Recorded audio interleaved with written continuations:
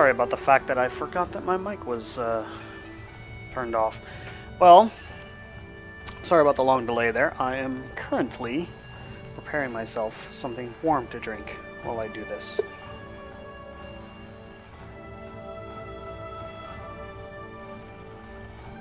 Nothing like playing WoW on a Monday evening and drinking hot cocoa. Not that cold out today. Today wasn't a bad day. So, earlier today, I got myself out to see the new Star Wars movie. And I couldn't help thinking, from the start of the movie, that it seemed kind of derivative of The Empire Strikes Back. Much like The Force Awakens was derivative of A New Hope. It seems to be a thing with these.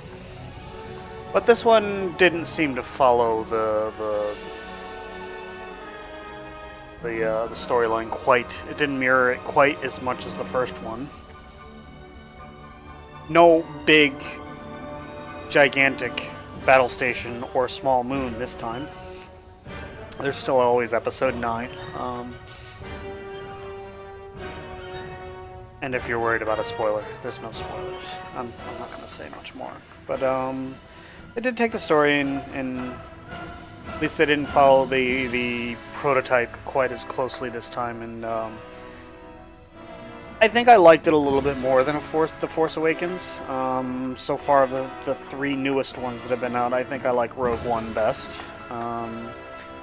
My biggest complaint about Rogue One was that it basically invalidated the Han Solo trilogy of books.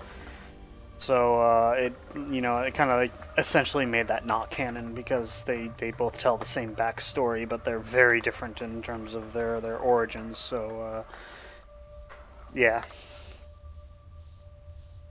I have no idea how they're going to retcon that. So they're just going to have to consider none of the expanded universe canon. So because you know how it goes.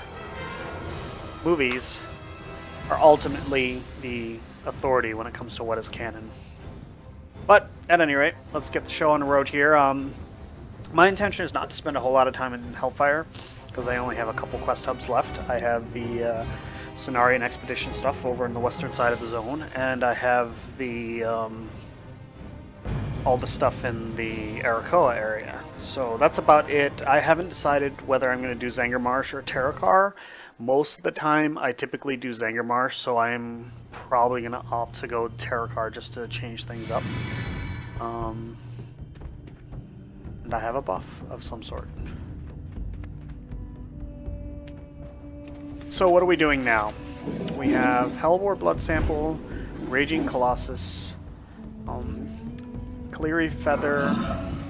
We have a Zangarmarsh quest, a Breadcrumb quest, but let's not worry about that right now. So, what's over here besides a Fell Reaver coming this way? Let's not do it over here because of said health thing, whatchamacallit, jig. Go get the Hellbores over here. I would rather not be stomped on, like literally, by a Fell Reaver. So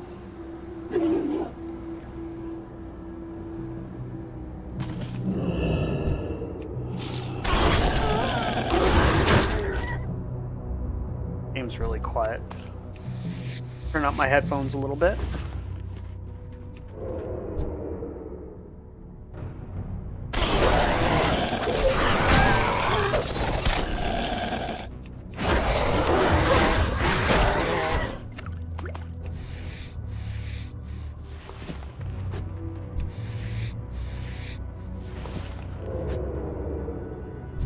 Yeah, that Fell Reaver is heading this way.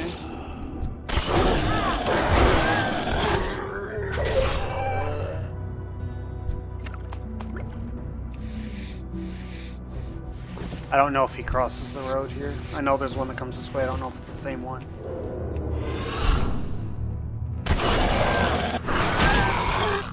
Let's get our samples though. See if we can't get them before. Yeah, let's move this way.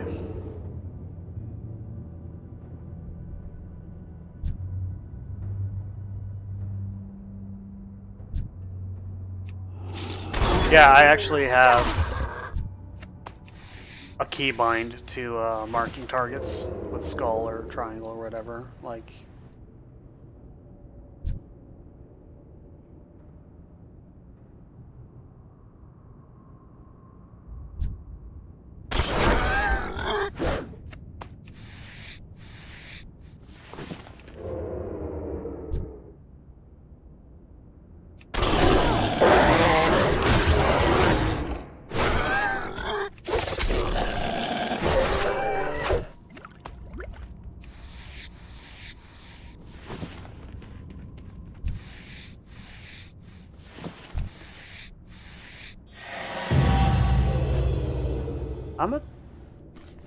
yeah, I should probably go back and relearn.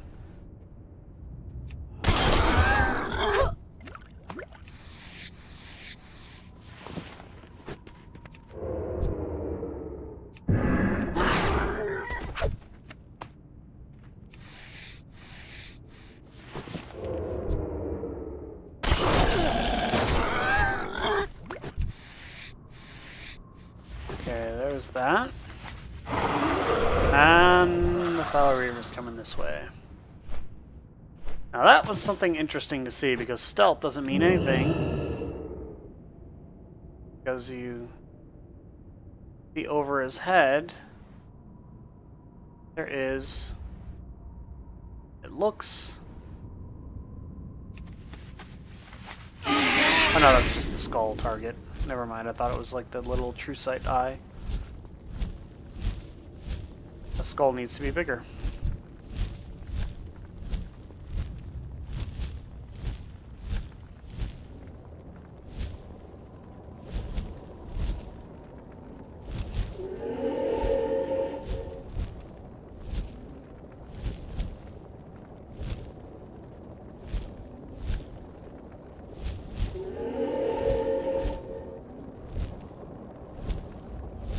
Yeah, as long as you're not reasonably close to the ground, he can walk right through you and you'll be fine.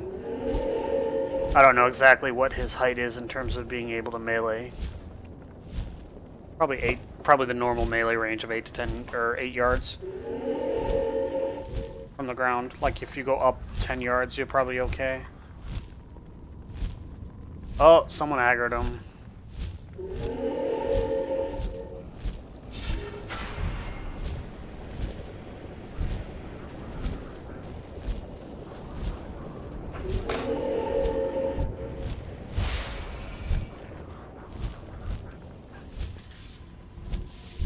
Maybe he doesn't hit as hard as he used to, because he should one-shot a 160 or a level 66. He used to, if you got a crushing blow. Maybe, I don't know. Either way, time for the next quest. Next quest. Let's do the Ravager one over here. So.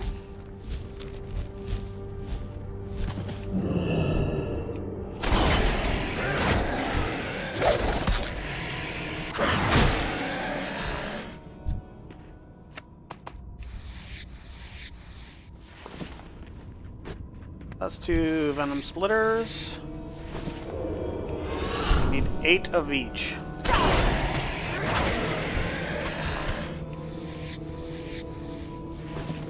I don't know why I'm scanning these. I'm not getting any points now. And, well, I'll probably eventually need the leather anyways, so.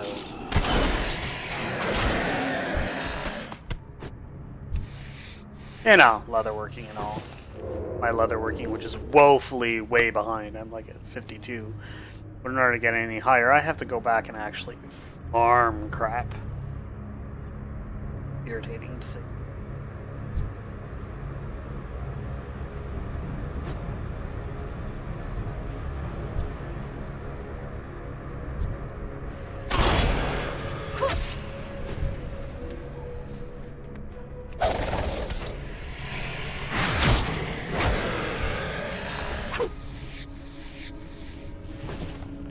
Maybe I shouldn't do this quest because I'm gonna round everything up and Well, whatever.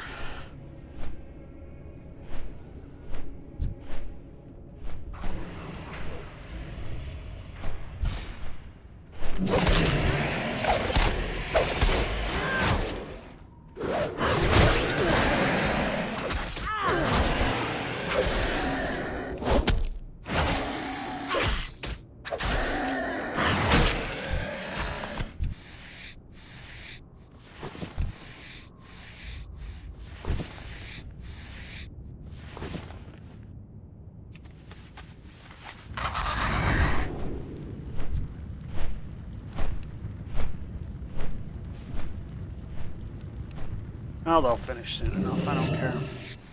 And in the meantime, I'll collect these things. And do that.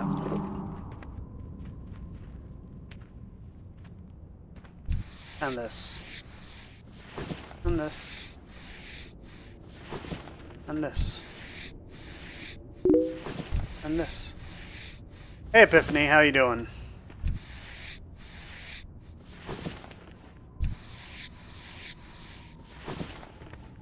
So my internet speed is upgraded, so I'm up to streaming in 1080p 60. If you see any, like, that doesn't look all that good, the quality's low, just let me know.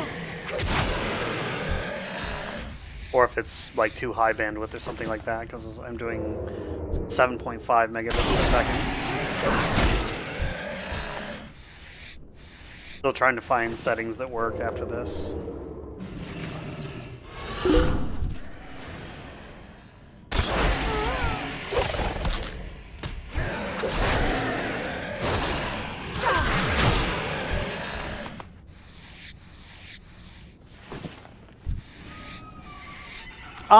Yeah, I like the Star Wars. I liked it better than The Force Awakens, but like out of the three that have been released so far, I think my favorite of three is probably Rogue One.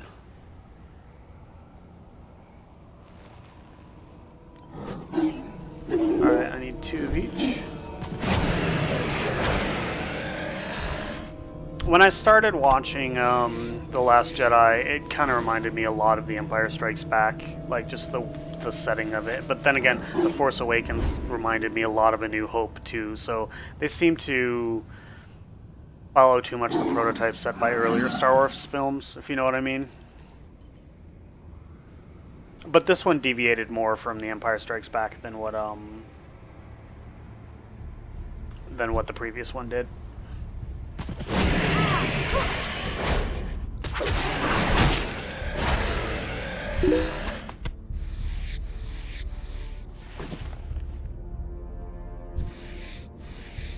And you know, it's just kind of interesting, like the theory that Rey is Luke's daughter. I always felt that she was Kylo's, Ben, you know, Skywalker's brother. And I mean, just their link would suggest that they're siblings. And one of the parts that was telling to me was in The Force Awakens when Kylo says to her, "He's like a father, isn't he?"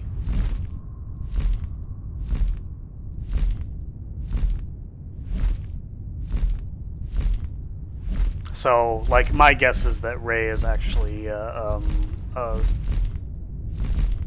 child of Leia and Han.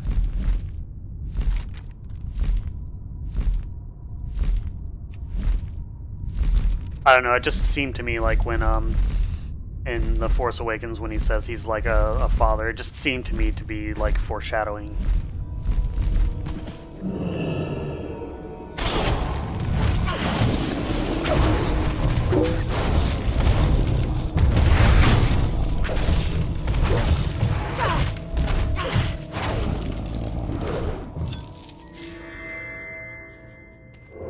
I don't know, like, part of me wanted to say that, like, it seemed like that was just a ploy on the part of Kylo to break her.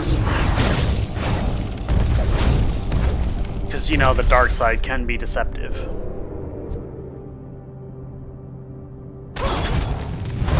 I almost feel like it was a bluff.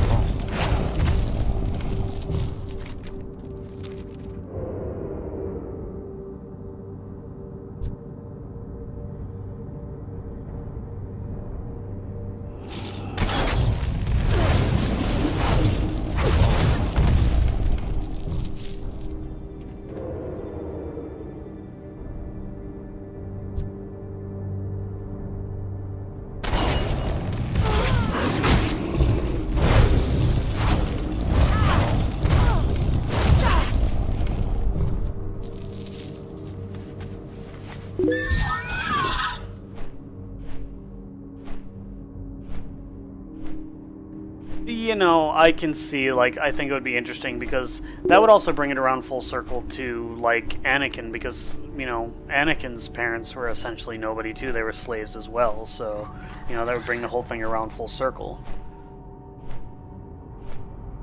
But I don't know, it just seemed like everything in The Force Awakens pointed it to her to being a lost child of Leia and Han. It just seemed that way. I don't know, part of it like had to do with the way Han reacted when he saw her. It just seemed to me like he knew her.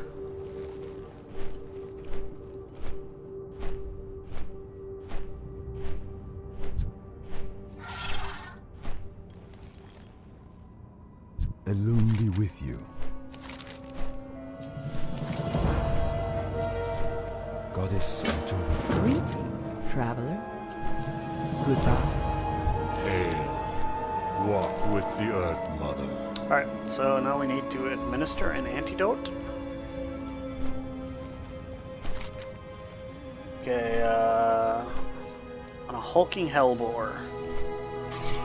So let's drop this thing in our normal quest item slot.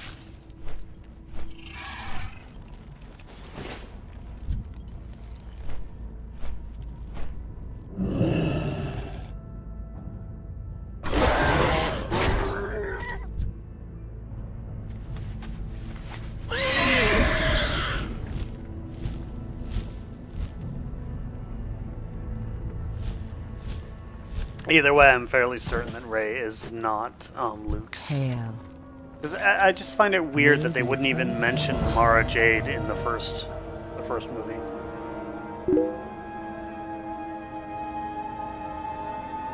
I agree. He didn't seem as one-dimensional. He definitely showed being more conflicted this time around.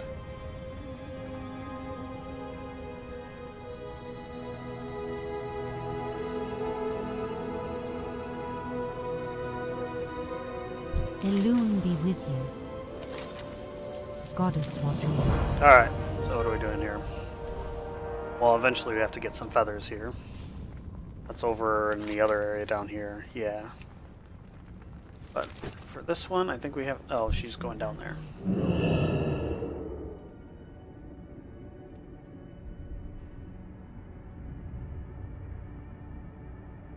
Goddess bless you.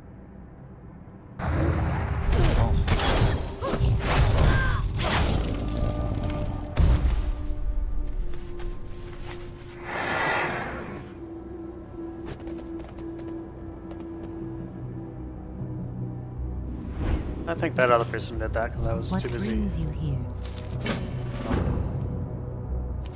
So we have to revitalize Falling Sky Ridge.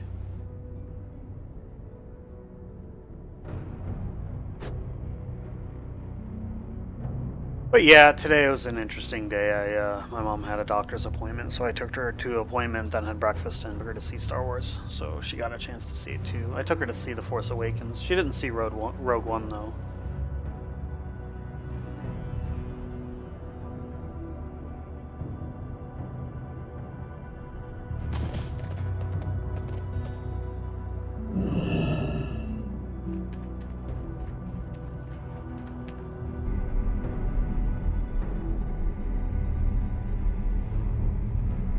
Yeah, she likes Star Wars. I mean, normally she falls asleep in movies, and she didn't fall asleep in either of these, so...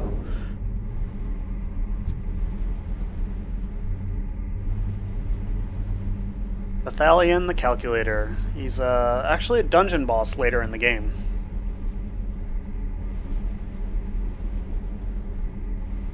From... Yeah... Botanical Garden? Like, the Botanical Gardens? Trying to remember the name of it. Botanica, yep.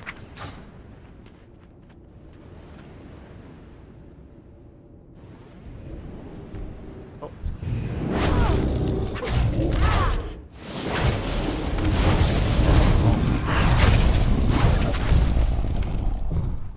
Yeah, one of the things they're supposed to be doing for the next patch that's in test realm right now is they're making everything a little bit tougher, which is good because I'm like killing things really fast. Like I've one-shot things in my opener that are 3 levels above me, and it's just ridiculous. My favorite Star Wars movie, I'm weird like this, it's Return of the Jedi. Most people like The Empire Strikes Back. I liked Return of the Jedi more. I don't know why.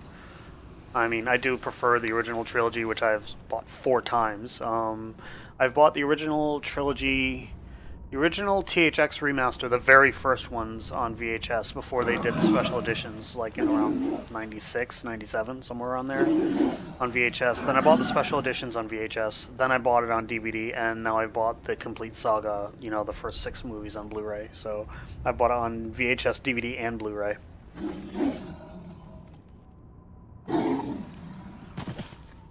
I am honored.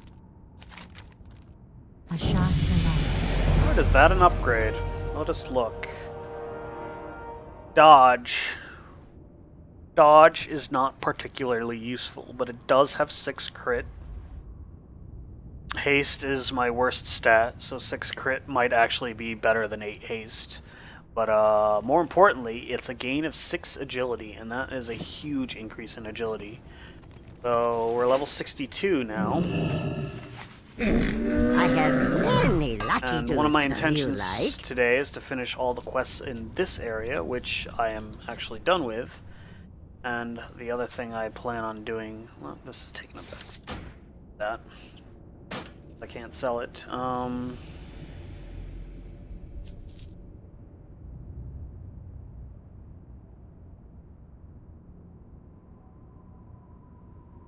Yeah, I don't know if that was an upgrade or not. I'll just hold on to that briefly until I get something better.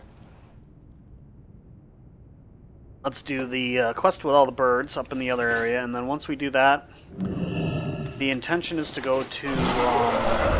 now right over there, through that valley, is the next questing zone. That's Zangarmarsh. If you look at the map here, I can either go here or go here to Terakar Forest or Zangarmarsh as my next questing zone. I really like Zangarmarsh, and I've always typically done Zangarmarsh, but like lately, the last few characters I've been doing Terakar Forest because more or less to change things up. I like to take it eventually, like if I take the same path every time, it just starts to get, you know, the point where it's not as interesting to do. So instead of taking Zangarmarsh, I think I'm going to go to Terakar Forest, which is right here. Typically, after Terakar, most people will go to Negron and stay in Negron until they go to Northrend. I'm probably going to go to Blade's Edge. Last character, I think I went to Shadowmoon Valley. Next one, I think I'm going to go to Blade's Edge. And then Netherstorm. My goal with this character and this stream is to level to 80 and stop until the next patch comes out. Because the next patch, they're actually scaling the leveling zones to make it a little more flexible in terms of how you can do it. Because right now you actually will out-level a zone before you actually finish doing the quests in a zone. That's even without heirlooms. That's 62. I'm generally past this zone as it is. So when the next patch comes out, when you look at the, you know, all the various leveling zones, this is Azeroth. Everything in Kalimdor and Easter Kingdoms will scale, you know, with the exception of starter zones. Starter zones will scale 1 to 10. Every other zone in the continent will scale 10 to 60.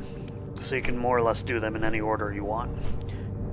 So, like, say, that will be 10 to 60, that will be 10 to 60, that will be 10 to 60, and so on and so... Well, that won't be 10 to 60, that's a Cataclysm zone. So, Uldum will be scaled differently, but I'll get to that in a moment. So, you can do them in any order.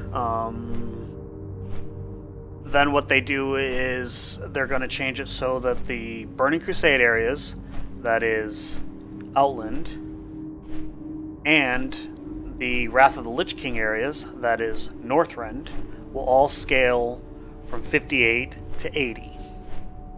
So you can go straight to Northrend right as soon as you hit level 58, Right now, you can't do that. If I were to go to Northrend, everything there would be level 68 to 72. I'm 62. I could probably kill one thing. If something else comes into the fight, I'll be as good as dead. Because I'm a squishy rogue.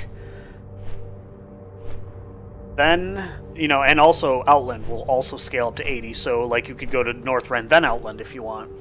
Then, what'll happen is everything in the Cataclysm zones and Pandaria zones will scale from 78 to 90, or rather 80 to 90.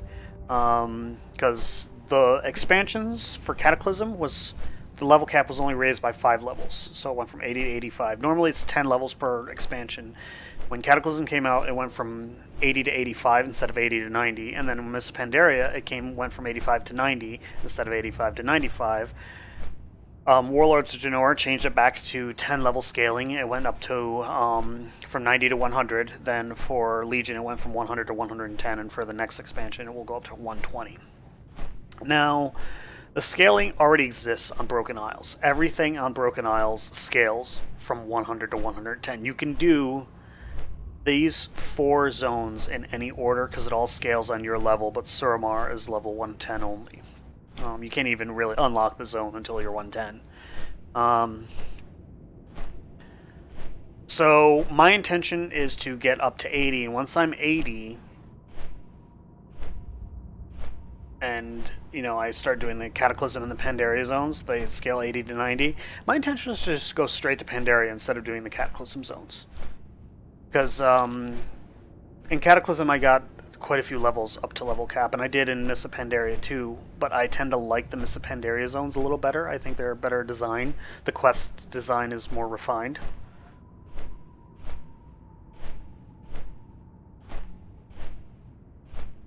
I mean, you play through the game, you can see that they got much better at their craft towards the later expansions. I thought the story for the leveling zones in Warlords of Draenor, I don't know, I think it almost felt like a step backwards. Just because it felt a little less linear and less structured than what it did in Mists of Pandaria. And I felt that it lost something at that point, because I much preferred the storylines in Mists of Pandaria.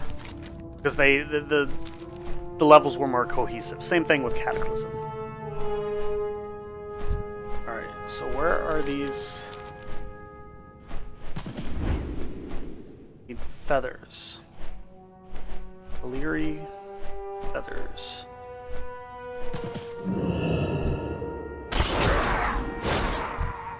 This is a quest I probably should have had before.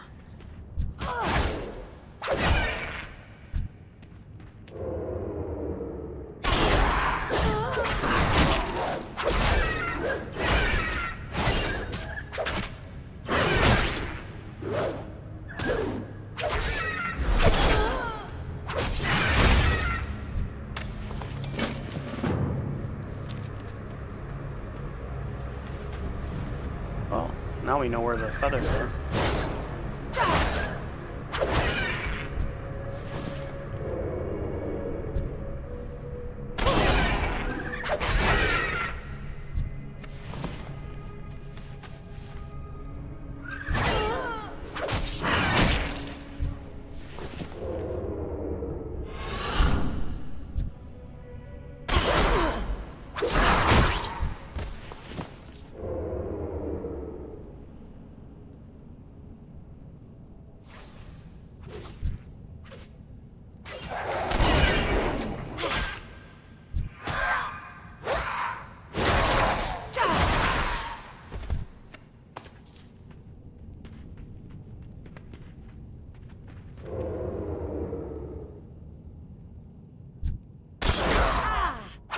How to save yourself from fall damage. Shadow Step or Shadow Strike to a target on your way falling. It resets your fall height.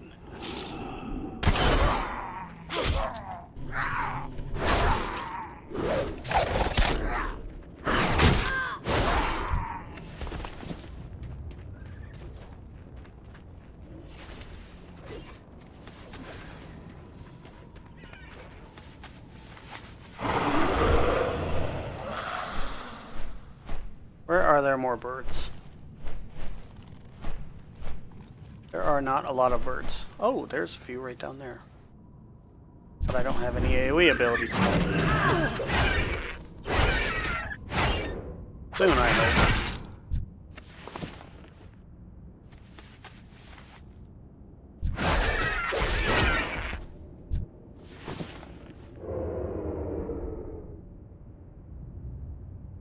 Let's see when I get Shurikenstorm. Shurikenstorm is 63. That means I get it in approximately 0.94 levels.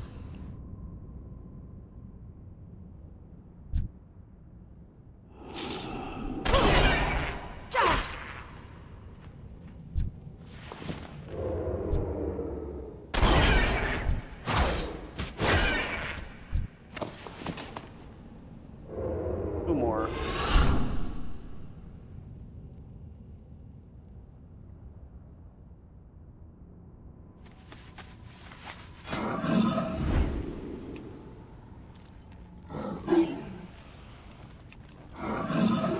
Marsh. I'm not going to go to Zinger Marsh. I'm going to go to Terrakar. Oh, there's a couple right there.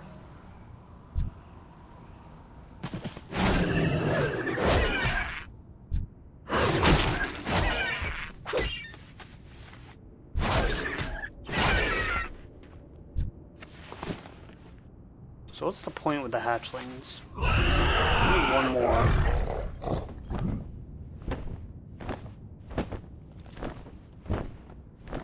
Then after that, I actually have to go to the bathroom, so let me get this last thing, and then the other thing. Oh, there it is.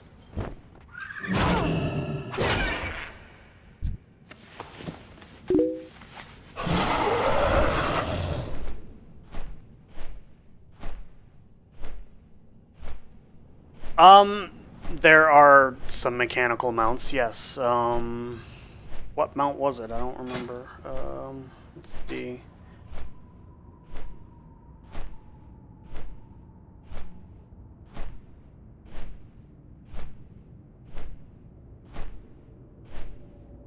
I don't know if I have any mechanical mounts in my favorites. It might have been one of these. Well, not the Shadowpan Riding Tigers, but if I can find it.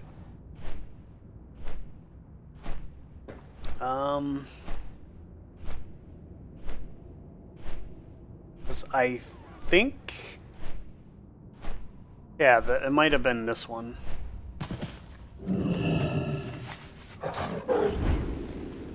Because it has the glowing feet. It's a panther. It's actually a crafted mount from jewel crafting. It is actually exorbitantly expensive to make. My main rogue used to be a jewel crafter. He's not a jewel crafter anymore. I dropped jewel crafting at the beginning of this expansion. I was jewel crafting since Wrath of the Lich King. I picked up jewel crafting at the end of Wrath of the Lich King for Cataclysm. Stayed that way through the next 3 expansions. One of the materials, the way you make this mount, this jeweled onyx panther right here, is by actually combining the other panthers, the Jade Panther, the Ruby Panther, the Sapphire Panther, and the Sunstone Panther. So you make those 4 mounts to make the jeweled onyx panther. Now that means to get all 5 mounts, I had to make the 4 different ones each twice. I had to make them to get themselves, and then I had to make them to make the onyx panther. And to make these mounts right here involves 1 crafting item that is 20,000 gold. So it's 80,000 gold from a vendor item that you cannot craft, that there's no other way to get. There used to be a guild perk that reduced the cost by 10%. When I actually did it, that guild perk doesn't exist anymore, which means it actually is 20,000 gold for anyone now, but back then I got it for 18,000 times 4. So it was 72,000 gold for that, plus I had to farm all the materials, the other materials to make these things. So back in Mists of Pandaria when these were made, the cost to make this mount, the Jeweled Onyx Panther, was, with the cost of the materials in the auction house, it was typically 105 to 108,000 gold to make. So to make 2 of everything, and ended up being, you know, having those 5 mounts back in the day would have been over 200,000 gold. I did make the Jeweled Onyx Panther back then. Did a lot of farming the materials, and went to sell it. But people, you know, with hackers, people who use like exploits to duplicate things, and then they sell them for way less than it costs to make them. It actually makes legitimate players. It drives the prices down below what it actually costs to produce things. So, you know, I tried selling it in trade chat when I first made it, and it was really early in the expansion, so there weren't many people capable of making it. And I got someone actually lowball me for something like 5,000 gold. I'm like, are you kidding me? I'm not even going to talk to you for that much, you know. And after about a week of trying to sell it at I think I was asking 115, 120,000 gold. No one was buying, so I said, screw it, I'll just make it myself. I'll just use it myself. So I never really sold one, just because I kept on being lowballed by people who don't understand how much it costs to make them. Yeah, I know, they ruin the game for people who just play legitimately, you know. But 100,000 gold back then for one mount was indeed a decent sum of money. My history of gold at the start of expansions, at the start of Cataclysm, I had, I want to say 30 or 40,000 gold at the start of Cataclysm. By the end of Cataclysm, I had, I think I started Mists of Pandaria with 180,000 gold. And then by the end of Mists of Pandaria, I had, I want to say 500,000 or 600,000. And at the start of Legion, I was about 900,000 gold, just short of 1,000,000 gold. Right now, at this point in Legion, I'm sitting at about 650, maybe 700,000 gold, somewhere around there.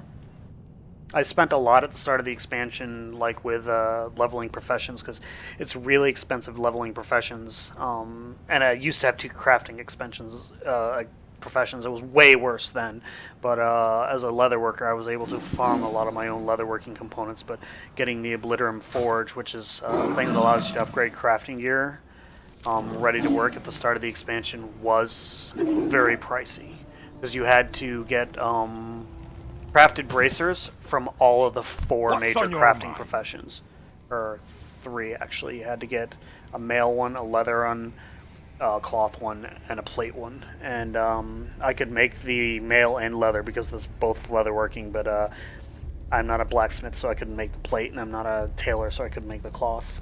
So I had to buy them because I didn't have any characters with those professions at max level. Be good. Alright. Let's go back and turn in this other quest. And then from there, I think what we'll do is we'll turn in the Zangarmarsh breadcrumb quest, and then head to Terakar. I'm trying to remember where the start of the quest line in Terakar is. So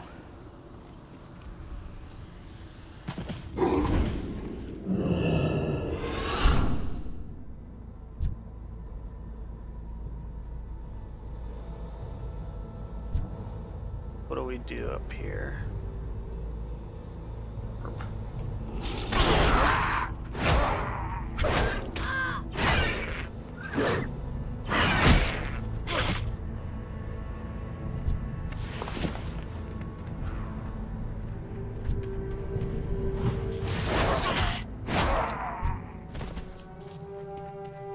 Let's use this.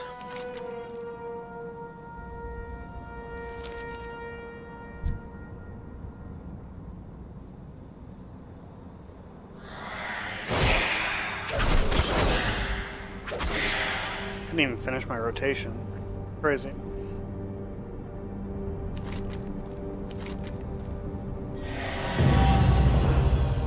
means I'm done with Hellfire questline.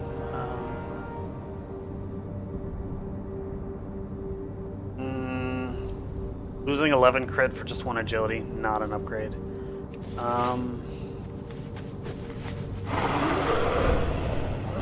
think we're done here. Let's go over this hill. Now this hill is interesting. This was the first expansion where you were able to fly. But one of the things about it is they had these areas way up on hills, like this area right here, that the only way to get to them was flying, and back then you had to be level 70 to fly. Druids could fly at 68. That means everything on this shelf is level 70 plus, because only level 70s originally can get here. Now you can fly at 60. They've since dropped the flying level to 60 for basic flying. There are 3 different grades of flying. There's your basic, which you move at 150% speed, which is what I have right now. Then at level 70, you get access to the next 2 levels, which are 280 and 310% increase in speed. But when I say my speed is 150%, it's increased by 150%. That means I'm actually going 2.5 times normal speed. When you get the 280, you're actually going 3.8 times, and the 310, you'd be getting 4.1 times your normal running speed if you're running on the ground. And your normal ground mounts go at double speed for epic and 60% increased speed for normal, so that's 1.6x and 2x. So let's follow the path on the ground. See if we can't find where the start of the quest line in Terakar is. It might be in Shatrath, I don't know. I can't remember.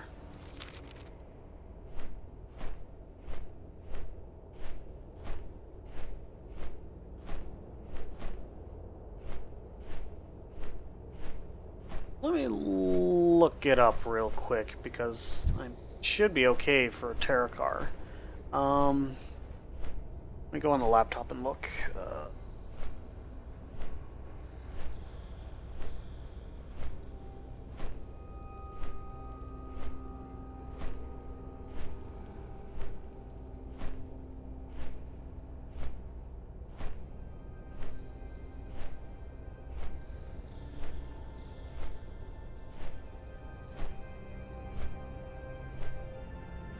Alright, let's see.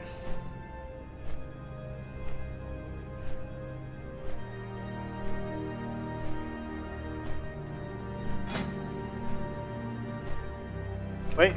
Oh, no, there it is. Okay, now that I got that,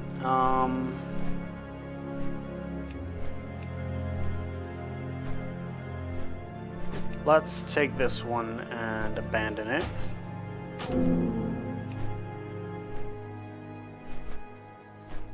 Speak with one of the druids at the Cenarian Thicket in Terakar Forest. So where is the Cenarian... Oh, I remember where the Cenarian Thicket is. I think that's actually over here, yep. It should be on the main road. Yeah, that's right, I remember now. You see it on the main road on the way to Shat. So it's right around... Yep, right there. So I'm going to pause for a moment here to use the facilities, and then I will be right back.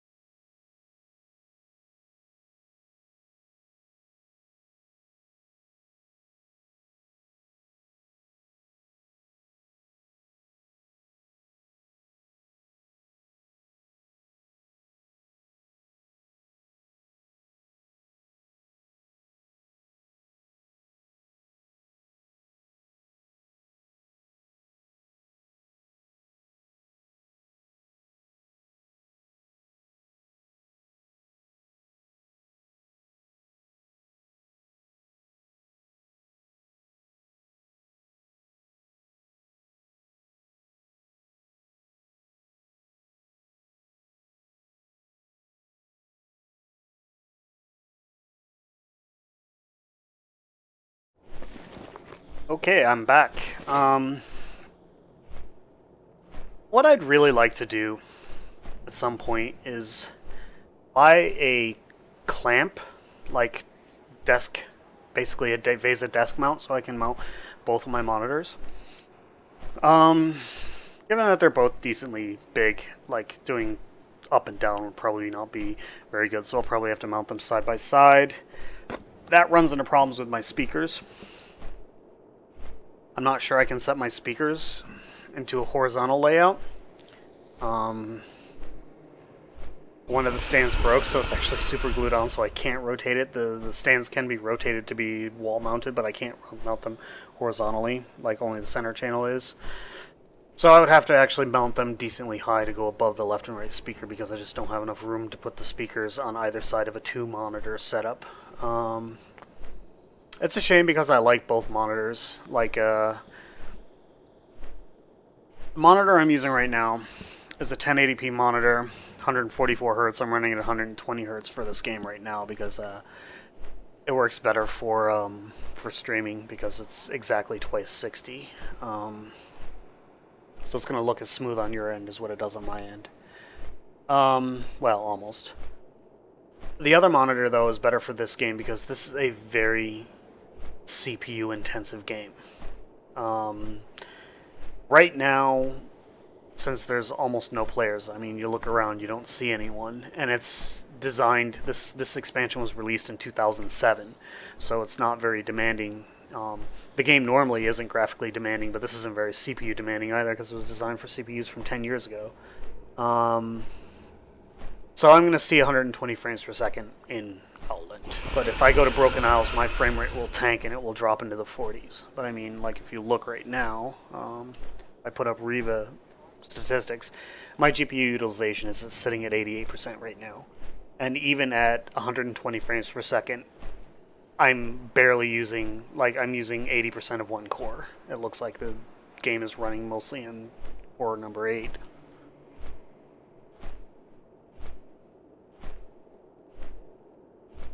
But, yeah, I like the 4K display for a while because my frame rate just doesn't change when I go up in resolutions just because it's not demanding on the GPU. Peace, friend.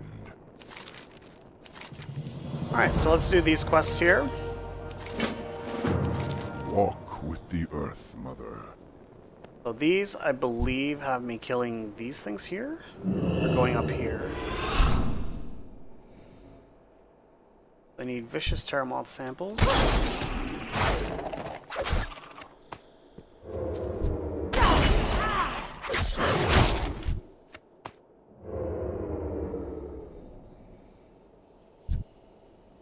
All stats reduced by 5%. Well, that's handy. Might not make everything a pushover anymore. Or rather, it might make everything less of a pushover because they still are.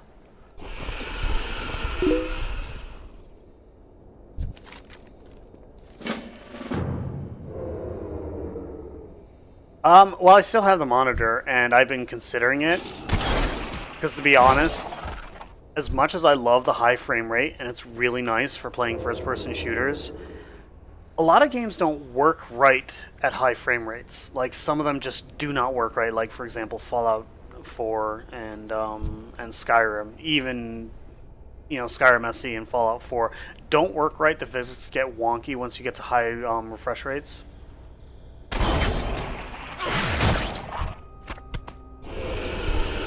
So, I mean, but I don't have the GPU muscle to push 60 frames per second at 4K, not yet. But it'll be nice to be able to go to that because I think I would rather have, actually, ideally, I'd like to have something in the middle. I'd like 1440p at, you know, 120, 144 Hertz. I would much rather have than 4K because I prefer the graphic resolution of 4K, but the frame rate, the higher frame rate is definitely better. I can feel the difference between 60 and 120. From 120 to 144, I don't really feel any difference. Destiny 2, I couldn't get 60 frames per second at 4K. I was getting at 4K in Destiny 2, I want to say about 40 frames per second. At 1440p, it was hitting 60. Actually, it was probably about 80 to 90 at 1440p. Alright, so what's in here?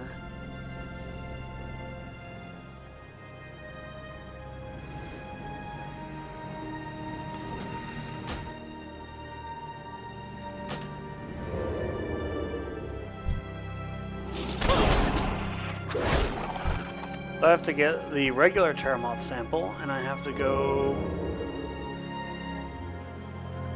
kill the thing. Oh, that's right, it's at the top of the tower.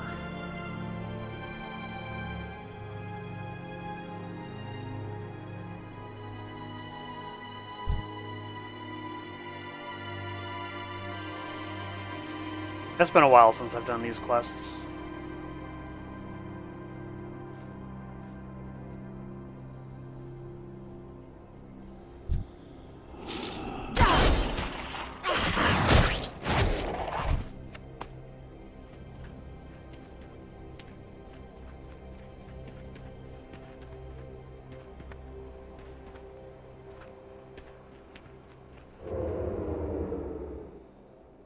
Where's that guy who's wandering around? Oh, I can't shadow step to him. That sucks.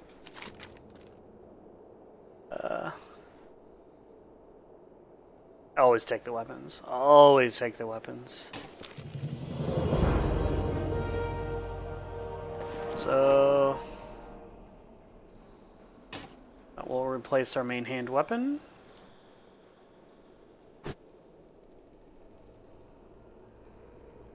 Yeah, our current offhand has better stats, so let's turn this in. I've been expecting you.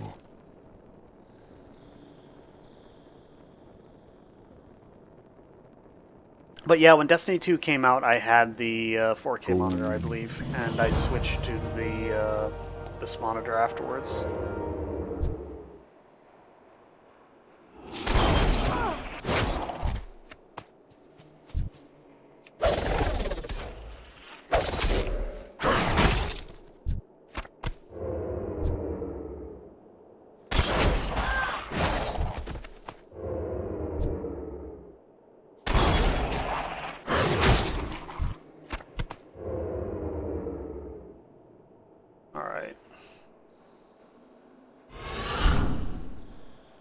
Gotta keep sprint on cooldown. You know what I mean by just one-shotting things?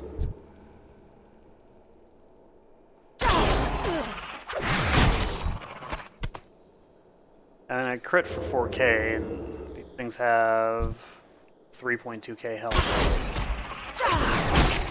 Just note about critting in this game. Most games, a crit is 1.5 times the normal damage. In this game, is double damage.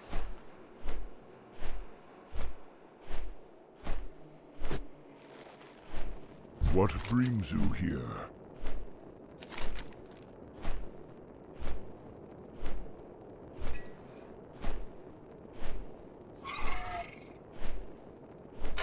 Pure mana.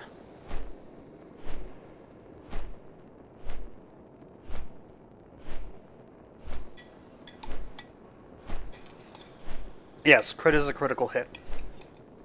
In WoW, it's just a random thing. It's a random chance, but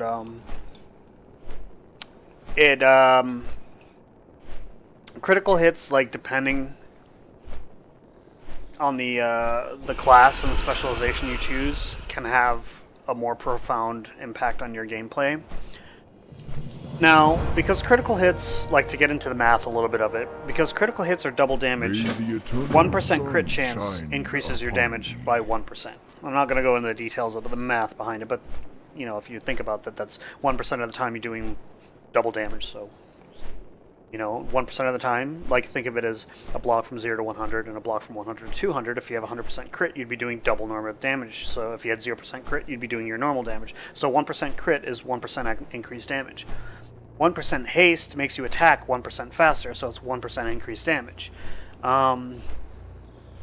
Now, the key here is the amount of stat it takes to get that 1%. You need more itemization budget on your gear to get 1% crit than you do 1% haste. So, all things being equal, haste is a more expensive stat, or sorry, crit is a more expensive stat than haste. Crit tends to be more bursty, and haste will give you more consistent over time. Which is why for leveling, crit is a good stat, because, you know, if you open up and you get a crit, you'll kill something much faster than what you will if you just get one extra attack in, if you know what I mean. And you might get one extra attack in. Now, some classes have abilities, like sometimes a critical hit can cause like something to happen that like greatly increases your damage depending on the class and the specialization. I haven't played Warriors this expansion, but it used to be like Fury Warriors. Whenever they got a crit, they would enrage, and their damage would increase. So crits had a proportionally higher value for Warriors than, say, and you know, like a Rogue or whatever. For quite a few expansions now, crits haven't been particularly valuable to Rogues. Where is that guy? That's right, he's one of the guys that was walking around on the road.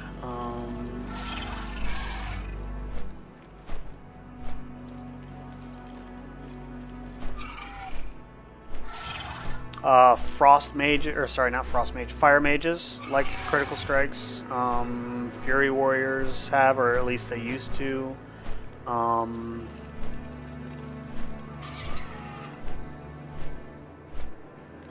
Subtlety, the spec that I am right now, rogues get more value from crit than the other spec rogues do, and I can show you why in just a moment here. Is this it? No, it used to be your auto attack crits would give you a combo point. Now it's just a random chance, so I guess it doesn't really give an extra.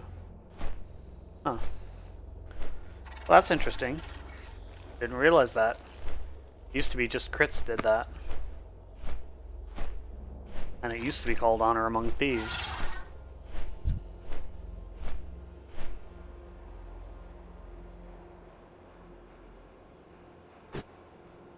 Where is Empor? There he is. Hello, stranger. Luck to you. Must not give up.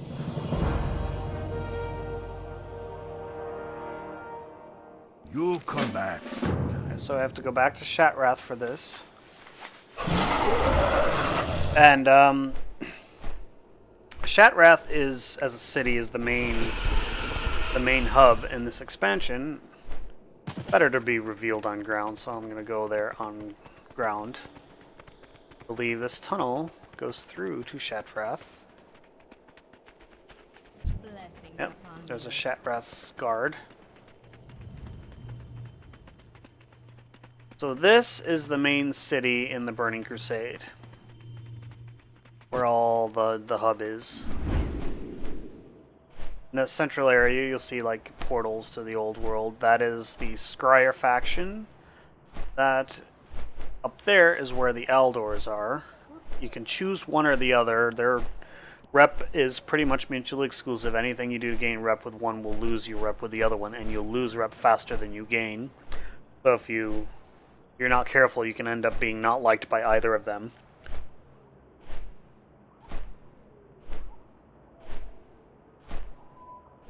So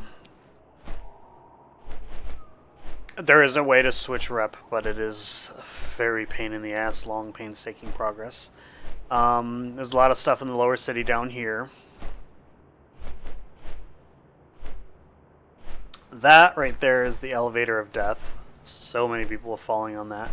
And for the Wrath of the Lich King pre-invasion event, this is how I spent my time. Because the bottom of the city was filled with ghouls, and it was like players would catch this disease and be able to inflict other players, and it became a mess of dead bodies and all that, like kind of like the one incident from Zul'Farrak that the CDC actually studied, if you remember that. I wasn't around for that. I wasn't playing well back then. But for the launch of the Wrath of the Lich King event, there was a plague that players would catch, and it was epidemic, and you would just see massive hordes of ghoul players just intentionally infecting other people and stuff like this. And the only way to be safe was to be on a mount floating above it all. It was chaotic. People thought it was fun. I thought it was annoying because all I wanted to do was do my quests, do my dailies, and move on with my life. But it was really difficult to do because if you were on the ground, you were going to be bitten and you would be turned into a ghoul, and you can't do anything when you're a ghoul besides attack other players. And yeah, it wasn't fun. And fortunately, it was only for a couple weeks, so it wasn't that bad. And I mean, I didn't have Wrath of the Lich King, so when the expansion launched, all I had to do really was dailies. So I earned a decent amount of gold from that. I think I had almost 10,000 gold when Wrath of the Lich King started. When I started leveling in Wrath of the Lich King, like 3 months after the expansion launched.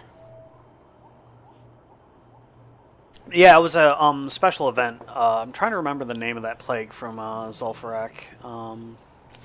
But basically what it is the thing that the CDC studied from the Zul'Farrak raid.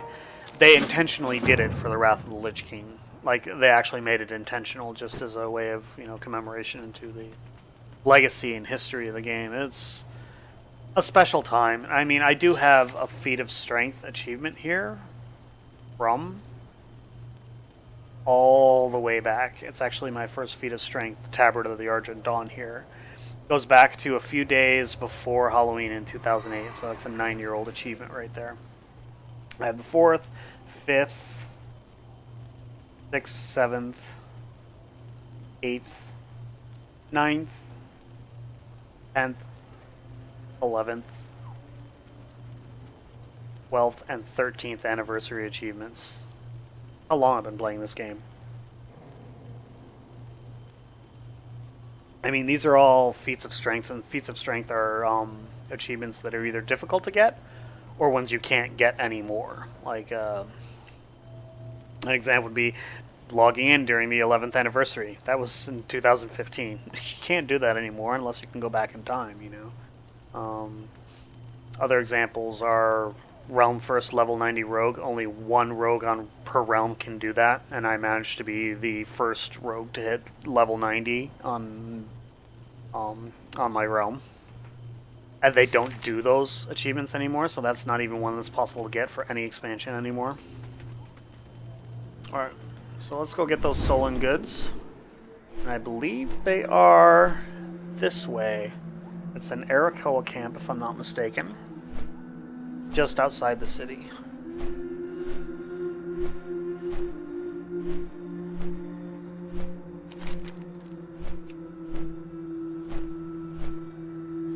Yep, just outside the city.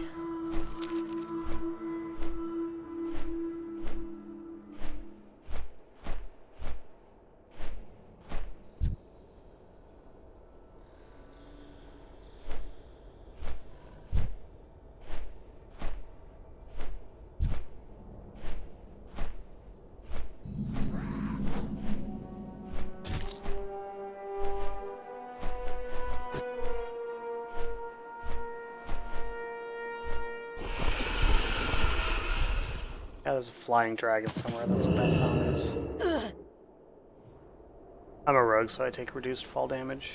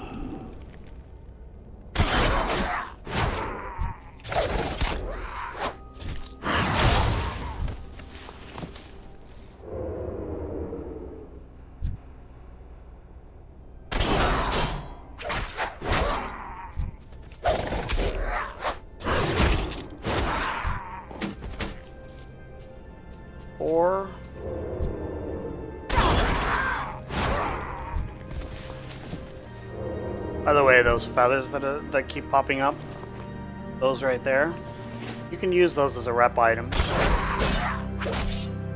Because there is an Arakoa, which are these bird people. There's an Arakoa faction in this expansion.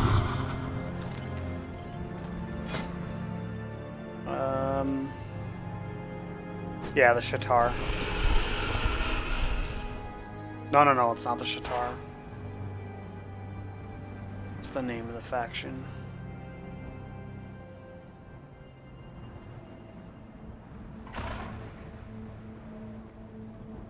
The Shatar is the Draenei people. Because you have the Shatar and then you have the Shatari Skyguard, which is a level 70 faction.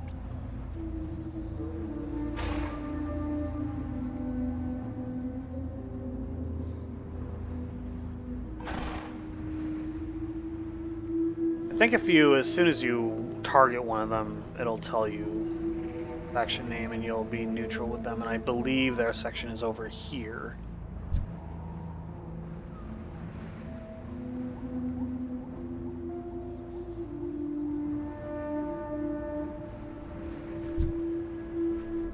Lower City?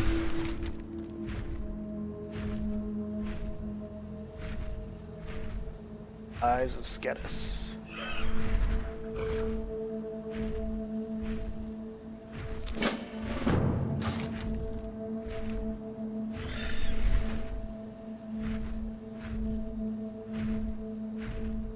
Yeah, it's over there.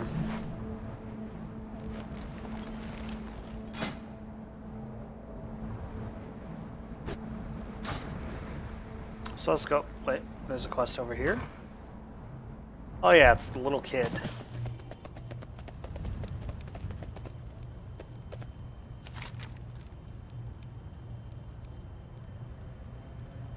You get a fishing pole from this. I haven't learned fishing yet. No, why the fuck not? Experience is experience, right?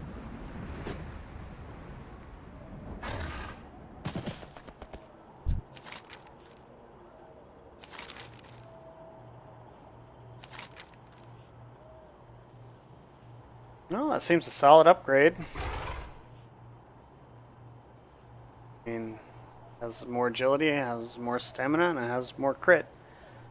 I haven't gotten a cloak this expansion yet, it looks like. I mean, that was a, 22 item level difference. Or a 32 item level difference. Alright, so... Investigate Turum. I remember Turum.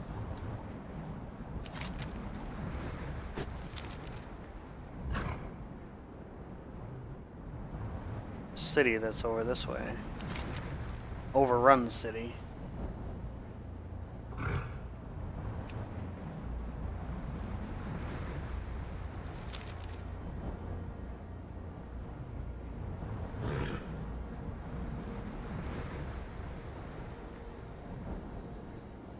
I'm almost out of rested experience. I have a little bit left.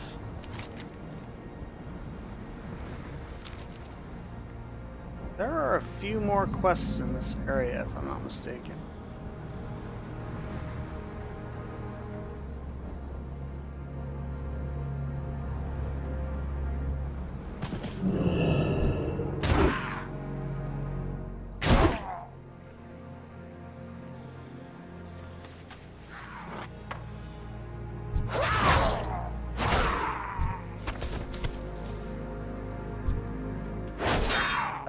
Combat with this guy. Oh, that kind of sucks. Well.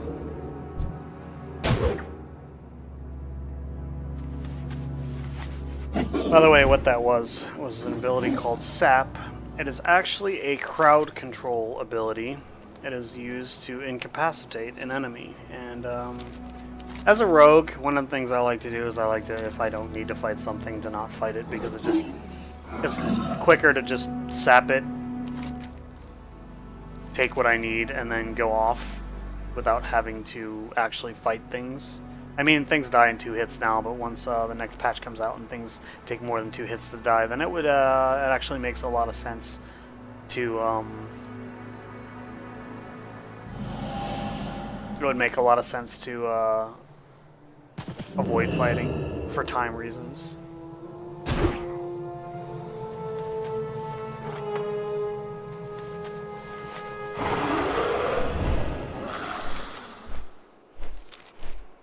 So this is Turam over here.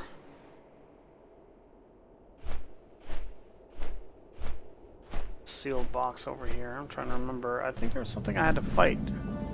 That sealed box.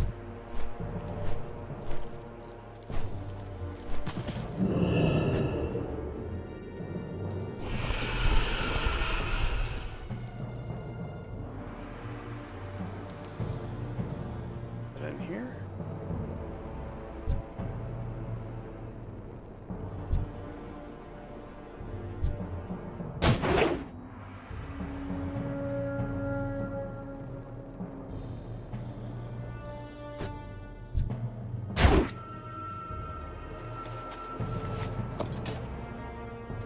Guess you don't have to fight in your road.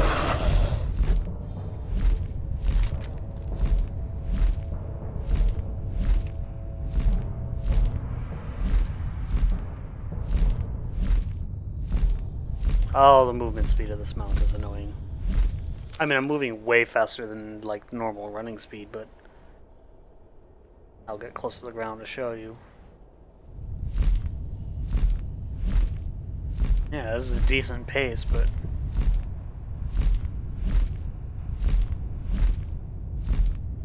a way slower pace than I'm used to when flying.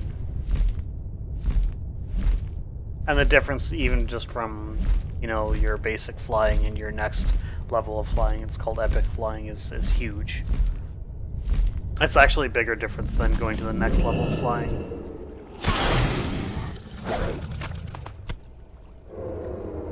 Oh, that's the eels we want. That's a basilisk.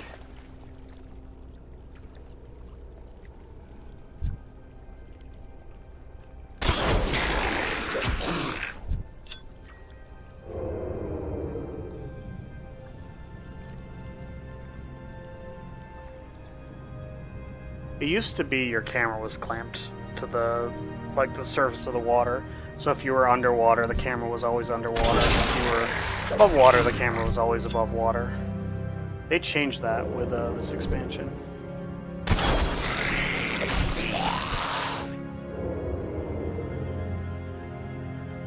One thing I don't like about water is and just having the camera be able to go above the water makes it worse, is the game doesn't very good.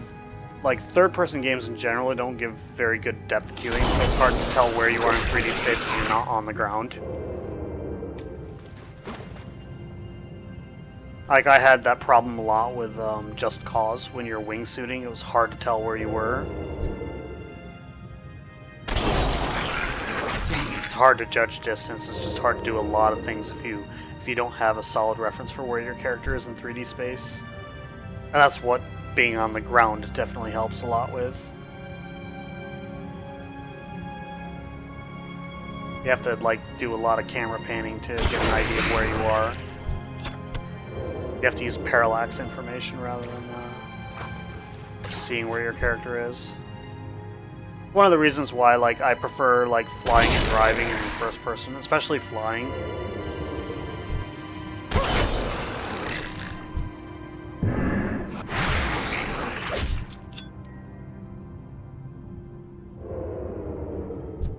Things don't drop very well from these things.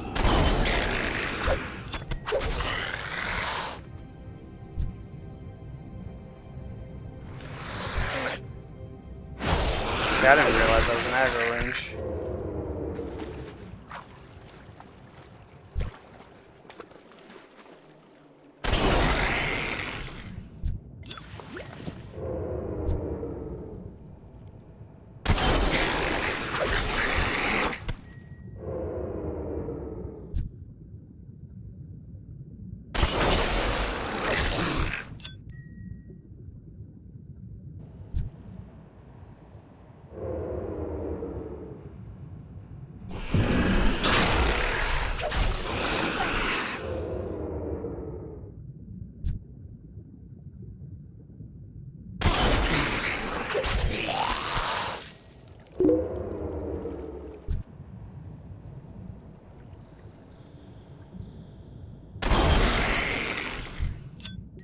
I don't like floating combat in this game.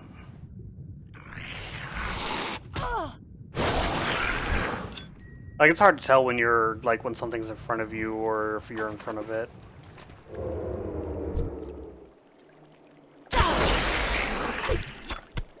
I mean, I really liked Vashir, which was an underwater zone aside from that, but they did things to make it more tolerable. Like, you could actually just spend a lot of time on the floor of the zone, just like walking on the floor bottom, because they gave you a buff that increases your movement speed and your swim speed, so when you're on the floor, you're moving quite fast. So let's go back to the other side of the Cenarian Thicket and turn in this quest, then head back to Wrath City to turn in the other ones.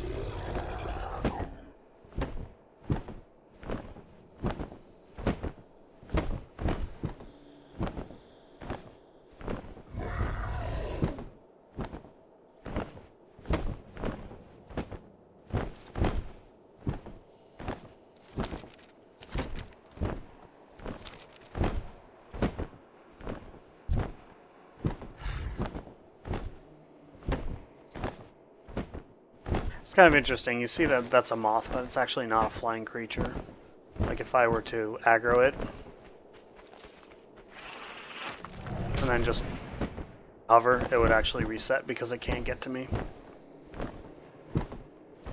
There are flying creatures that actually can't fly. It's kind of weird. We shall meet again. Alright. Water. That's weird. That's a vanilla crafting item, I believe. Don't need that. I could probably get rid of some stuff in my bags. Get on this mount, sell some stuff. Many deals for a friend of the Grummels, like you.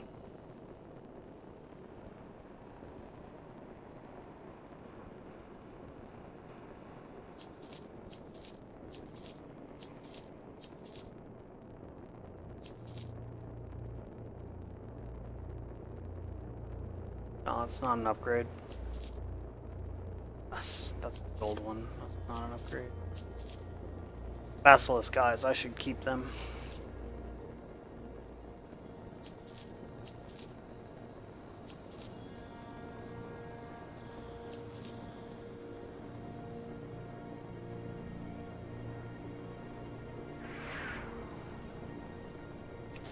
I don't like that dodge. Well, friend They were of an the upgrade Grummels. just based on on the amount of agility alone. So let's go back, turn in these two quests, then there's a breadcrumb quest going back over to Valerian Stronghold.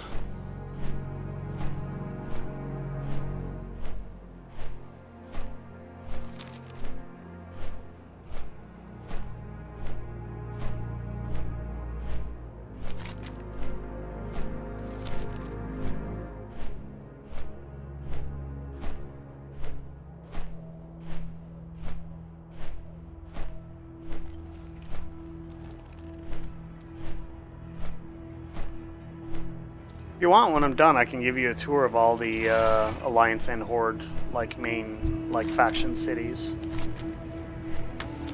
Like, of all the different races.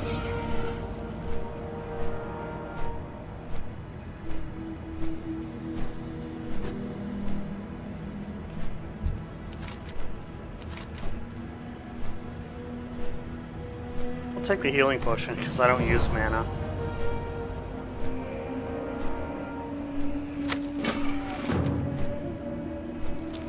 There's a quest up here?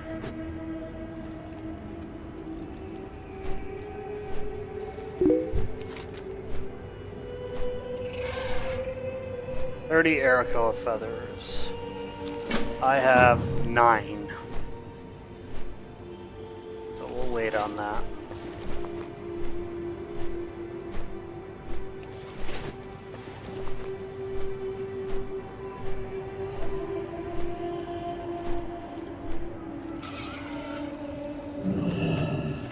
I have many, many wares.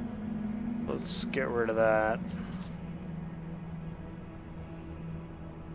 I have no idea what that's for. Get rid of that. Arrange things here. Now, you need to pick a faction to have access to a bank. So what I'm going to do is I'm going to pick a faction now. There's a simple quest you have to do. That is Archmage Khadgar, which is the same character from the movie if you've seen him. So let's go with Aldor because Elevator of Death. For Azeroth. Although I've never been exalted with the Scryers on any character, I don't think. Aldor are up here.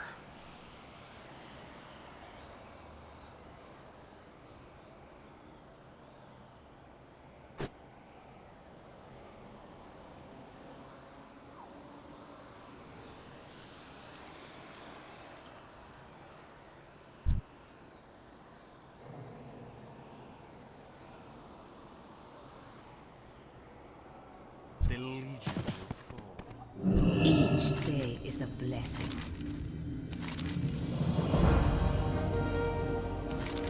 Storing the light. Wait on that one. Good health, long life. So now if we go back down to the lower city, now there are 2 banks in the lower city. There's one up to the north, there's one down to the south. And you can only use the bank if you are aligned with that particular faction. And this is the bank right here for the Aldor. You'll go in, you'll see there are Draenei manning the bank. Each day is a blessing. There are quartermasters for, like, for example, Good the Aldor fortune, here. Arcanon Poros. Like you could buy, for Warm example, wishes to you. patterns and stuff like that. There are different patterns for the 2 factions. You can actually switch and learn all the patterns. May Or your weapons days be and other long. things you could just buy. It used to, you had to have May the currency light to buy them. embrace you. A lot of things like that. You don't anymore. Let's put that in the reagent bank. Just deposit all reagents. That clears up a bit of bag space. Put that in there. Not there. Not there. Not there. Not there. Those are bags that go in extra bag slots in the bank, so they're tiny bags though. We'll put that in there, that in there, that in there, that in there, that in there.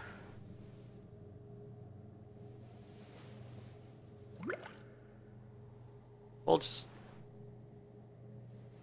let's sell that and then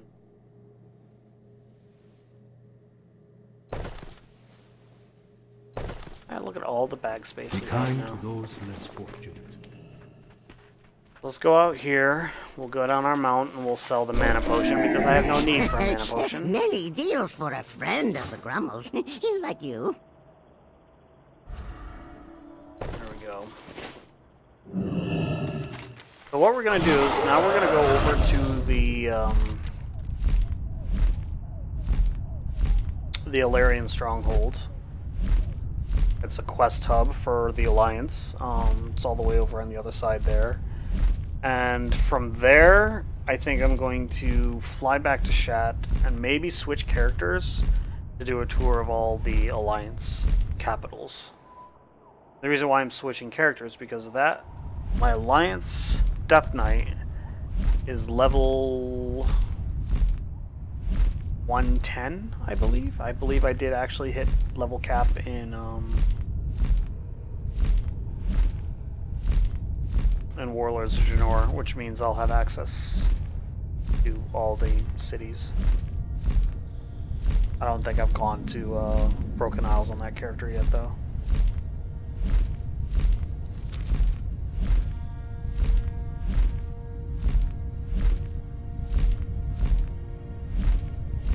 I vaguely remember this area had to deal with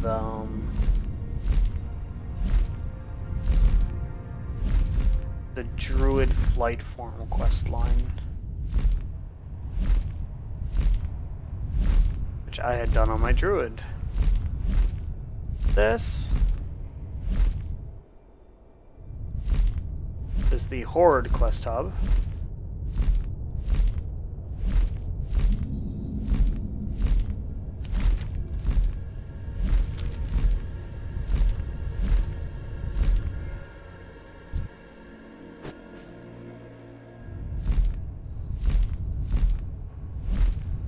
And so an interesting thing, if you notice, like when you look at when you target, like if you look at this target there, on the right side, the border of the portrait, it tells you a lot.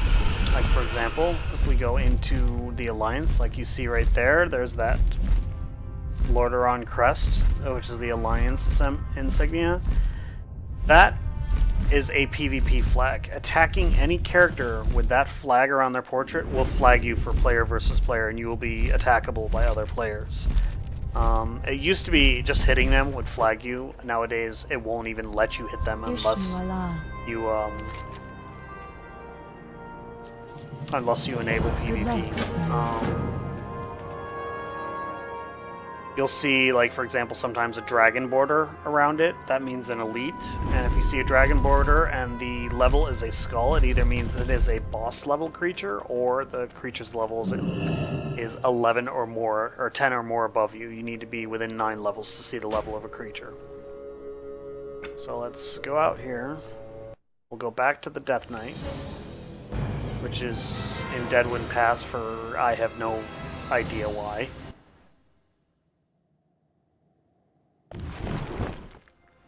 Oh, because I'm in Dalaran to port to Draenor. Let's not do that right now.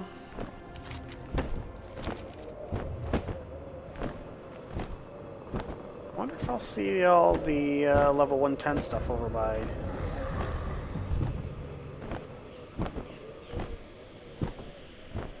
Oh, they all scale down to level 100. That's interesting. I would expect these things to be level 110. Interesting.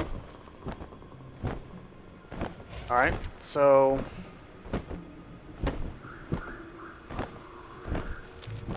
You'll probably be able to see that I'm actually moving significantly faster at this point. Like I'll go close to the ground and you'll see how much faster I'm moving.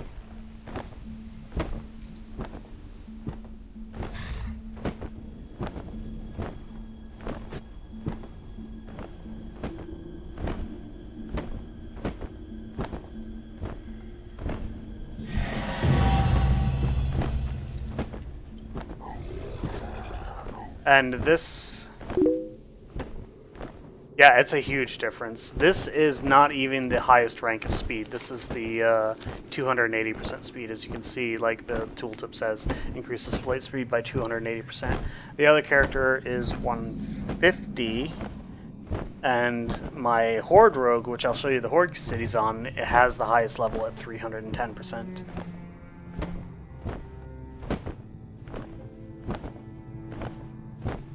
So we're going to go to Stormwind first, which is almost directly north of us.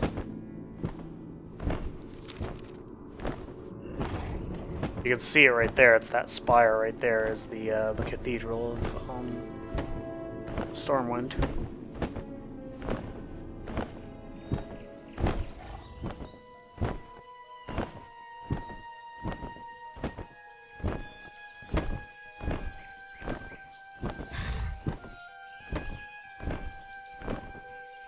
Actually, let's go up to Ironforge first. But I'm going to go, instead of to Stormwind, to Ironforge. And the reason why I'm going to go to Ironforge first is because there is a boat leaving Stormwind going to Darnassus, which is the Night Elf city. And from Night Elf we can go to Azure Mistile, which is where the Exodar is. So there are 5 starting areas, not including the one for the Pandaren, which is shared between Alliance and Horde. You actually don't choose Alliance and Horde until you're done with it. There are actually 3 Pandaren races in the game. There's the neutral, the Horde, and the Alliance version. They all look the same, but internally they're different factions. The starting area is on the back of a turtle at sea. The Worgen have a starting area that is Gilneas, but they don't have a home city. The Goblins have a starting area that is an island, but they also do not have a home city. You can kind of sort of go back to the Worgen starting area, but you cannot go back to the Goblin starting area. The only way to do it is to start a new Goblin. Even Goblins can't go back there once they hit like level 13 or 14 or 15 or whatever it is when you leave the area. The Trolls and Gnomes have their own starting area, but they don't really have a faction capital because both factions lost their capital due to, you know, something that happened, and you know you'd have to actually just play the characters to know how.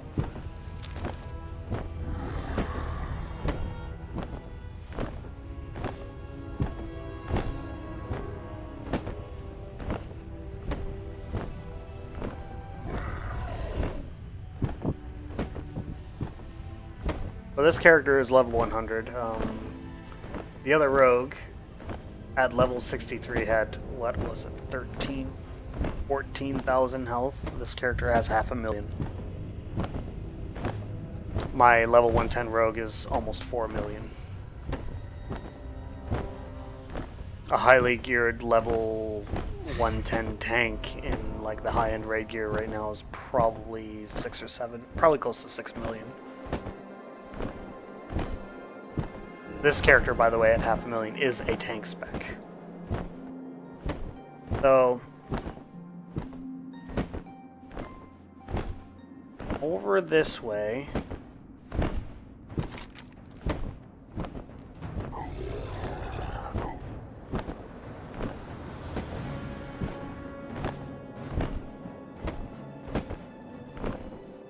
we go over here. This is the first major you see if you start out a new dwarf or gnome character. Health is actually linear up until like level 100. Then it starts to grow exponentially after that.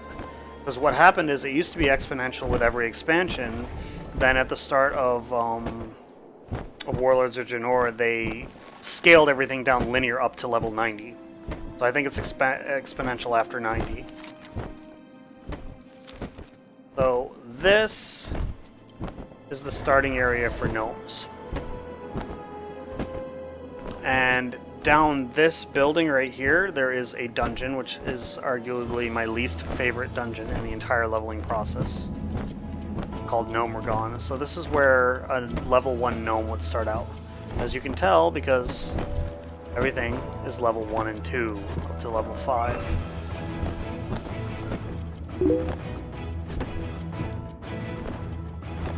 That green stuff is actually toxic slime.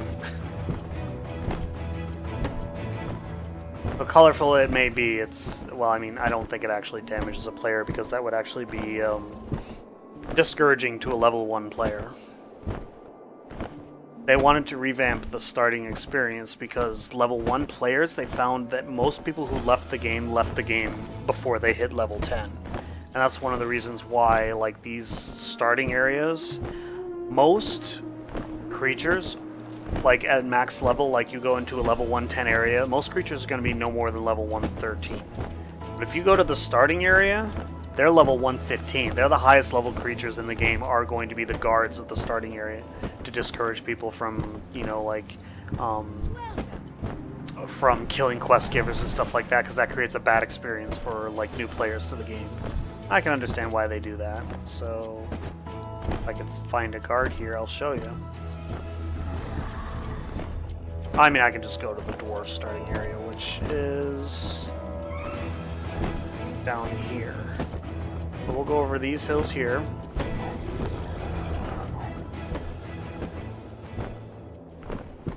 And Coldridge Valley is where the dwarfs start.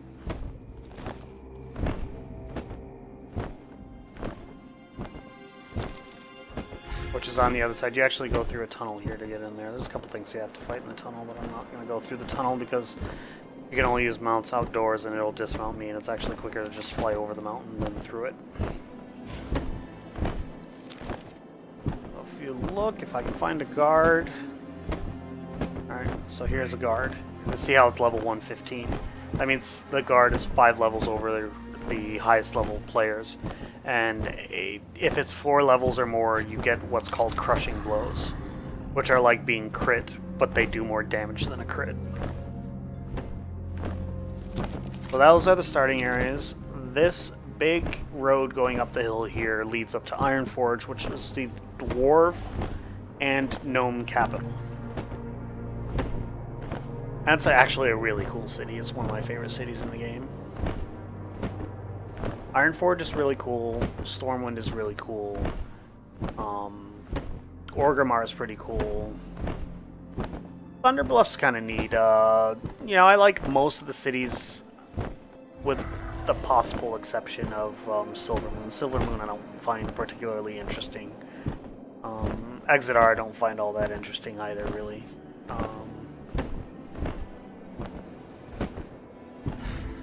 So, this is Ironforge. Every time I go in here, I nearly immediately think of Moria from Lord of the Rings. So you go in here, there's the big forge. Guess you can fly through lava and not take damage. A great anvil. It's laid out like a ring. Each area has its own specific theme. And in here, Tinkertown is where the gnomes live. And back here, you see an instance portal.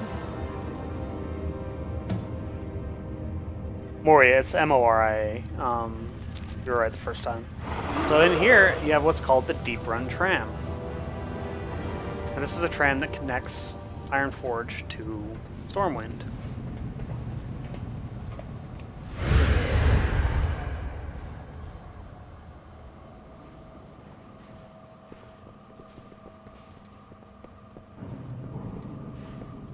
So we'll wait for a tram to get here.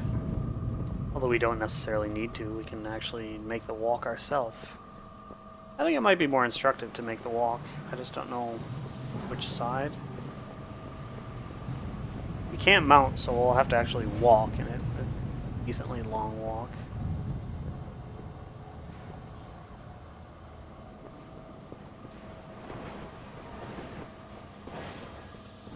Yeah, let's just get on the front of the tram here.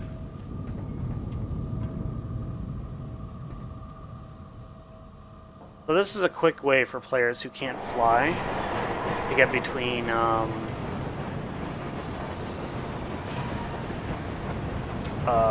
Stormwind and Ironforge. When we get down here, we'll actually go under lake or the sea or whatever. That is when we see... Where's Nessie? Nessie's over around here somewhere. Probably on the other side. I probably picked the wrong one. That's where you would see Nessie, is right there.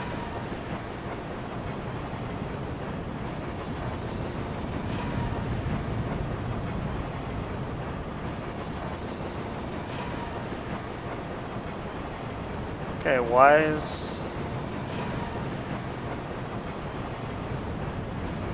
It shouldn't be like... My camera angle should not be saving to that. Let me try something here.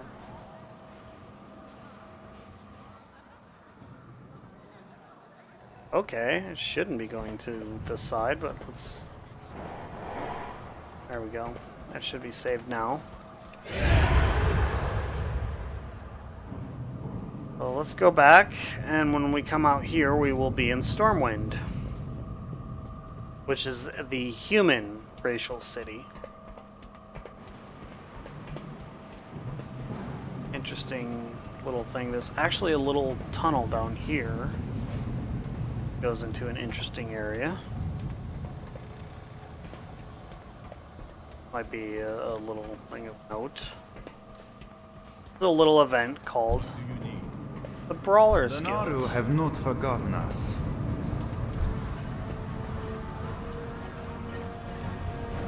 It used to be an area where you would fight, like almost like Fight Club style fights. I don't think they've enabled it with this expansion yet. I'm not sure, but they did it in Mists of Pandaria and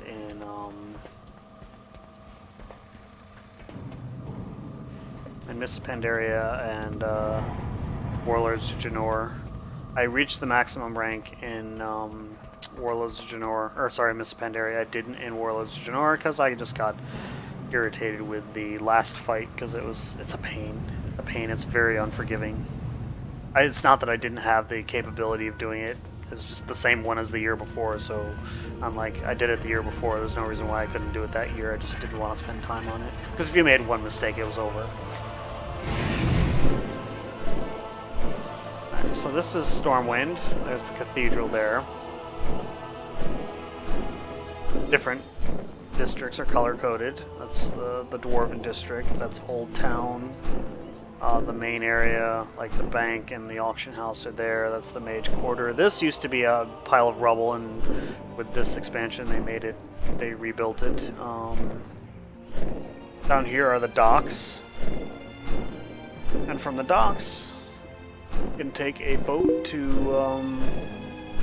Darnassus, or Northrend, and the Darnassus boat is just arriving. Yeah, I like Stormwind. It has a very large city-like feel to it. So this is the boat that takes us to Darnassus, which is at the top of the big tree. And I mean, it's a big tree. It's a huge tree.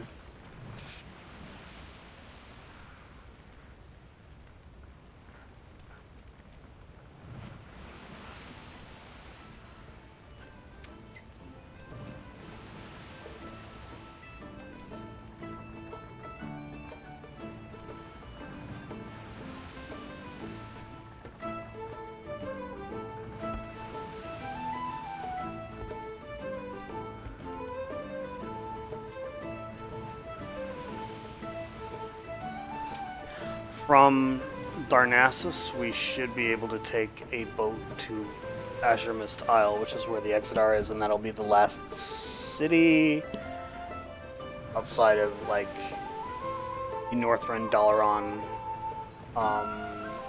There's hubs for each expansion. There's the Shrine of Two Moon, the Shrine of Seven Stars.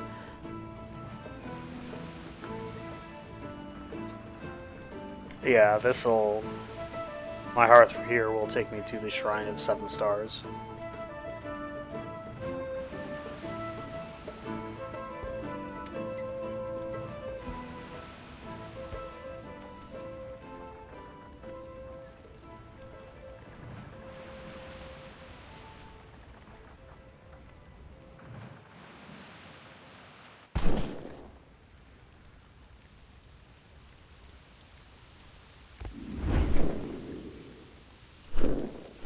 Alright, there's the big-ass tree.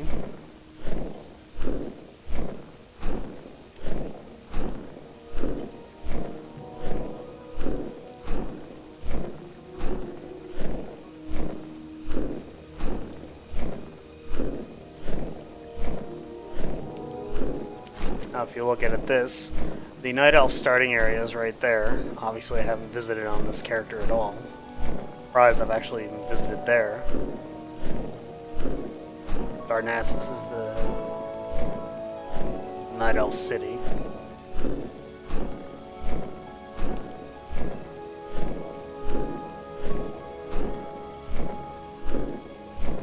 Where are there two flight points? That second one for? I have no idea.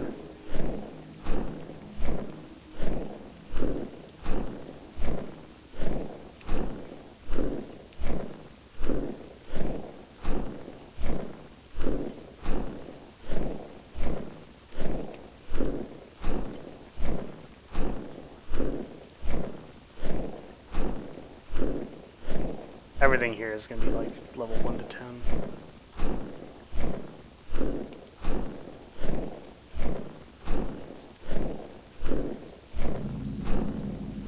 As well, because I haven't discovered that area yet.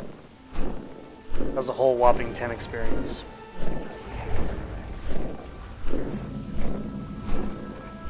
That was another 10 experience.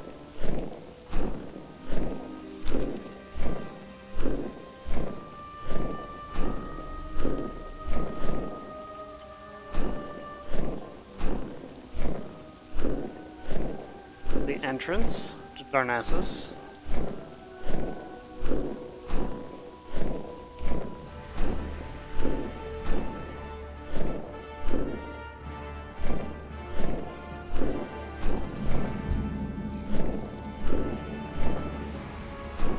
Now, Worgen, when they finish their starting area, they end up in this area of Darnassus. So this becomes the secondary home for the Worgen.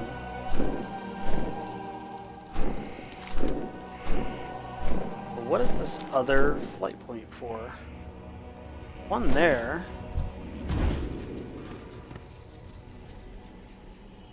Elun Adore. Vishnu del Diab.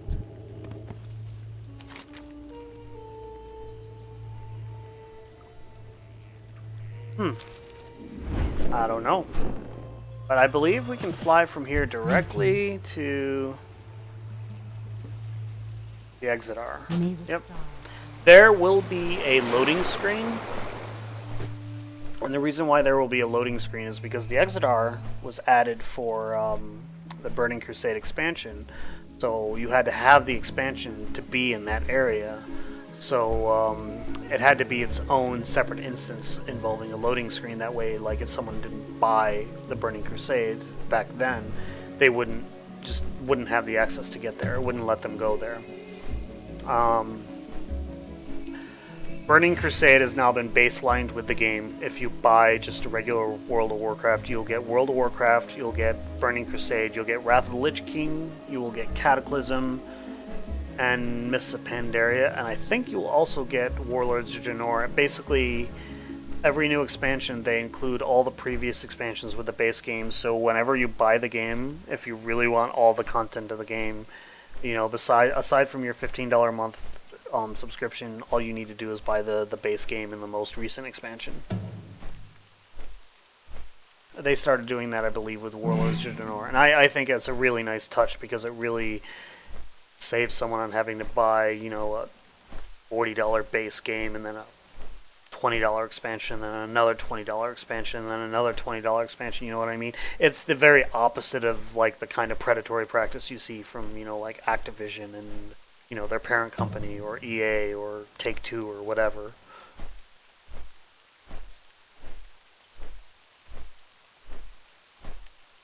Like, you know, I think Blizzard is very different in the business. They tend not to be as predatory. Like, you know, they have microtransactions and loot boxes, but those things with Blizzard are almost virtually all just cosmetic and nothing more. Like, there is a shop here, you know.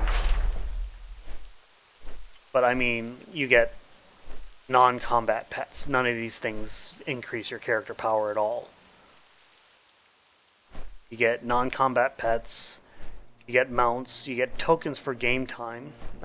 What you could do is you can buy these tokens for $20 and then sell it in the auction house for gold. So you have a way of converting, say you have a lot of money but not a lot of time, you can buy these tokens and convert them into in-game gold so you don't have to spend time farming gold.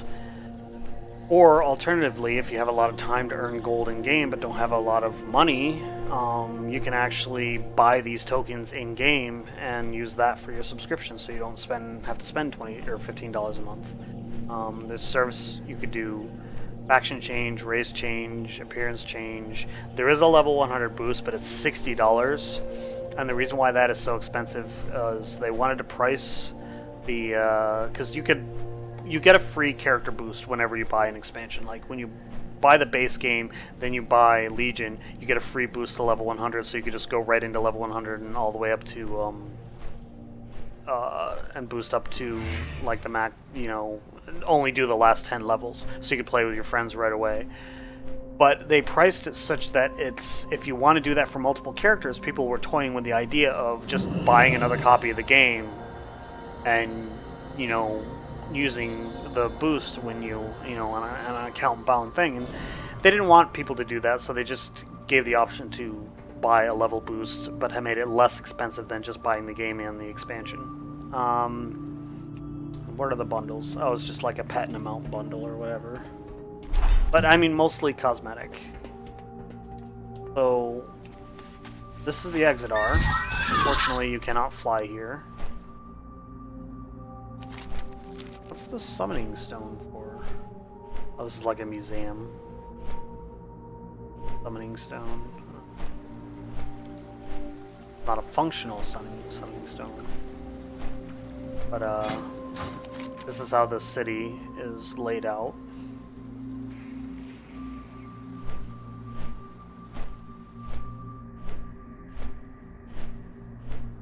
Incidentally, this particular mount that I'm on right now, no way to get it. There's absolutely no way to get this mount anymore. It is impossible to get.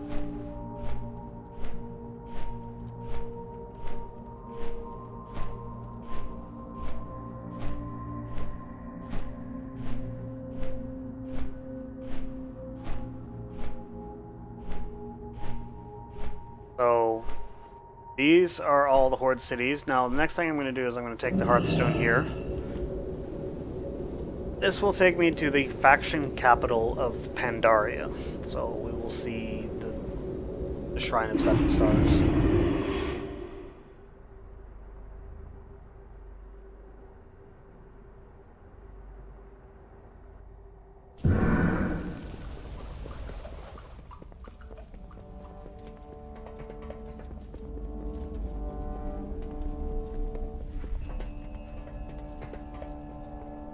So this is the faction capital of Pandaria. That's basically a mirror image of the Horde faction capital, which is right over there. And you see there's Moonlight Summit, that's the tallest peak in Pandaria right there.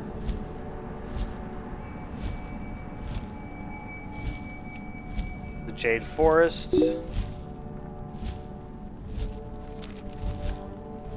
Oh, the autumn trees.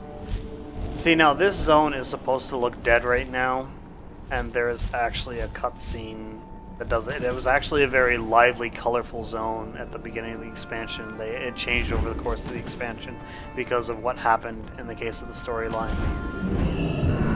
The storyline in Miss Pandaria was a good expansion. It's one of my favorite ones to date. But I'm gonna switch characters now. Actually, no. Let me take the portal Dalaran, since we've already seen Shatrath. Dalaran is the Wrath of the Lich King hub, which will be over here. It's the same Dalaran as in Legion, actually, just in a different location.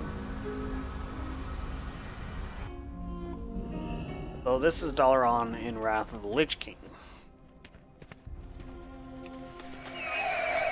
One of the big differences is there's a spire in the center for the new Dalaran. That's in a different locale. That is Storm Peaks. That is Ice Crown. If you played Warcraft 3, that right there is the Frozen Throne. And the Lich King rests on top of that. That's Ice Crown, Stormwind. Crystal Song Forest is down there. Dragonblight is there. Zoldrak, which is a troll area.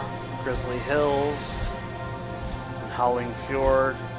Borean Tundra. Sholazar Basin. And Wintergrass, which is a PvP area.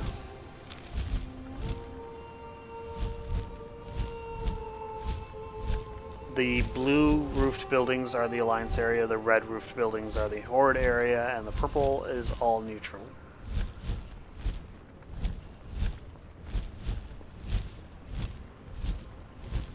There's a bank there, and there's a bank there.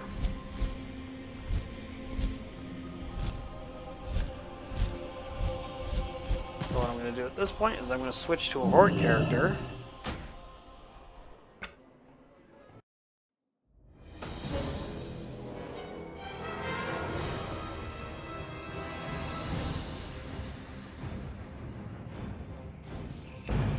This is my only max level character right now.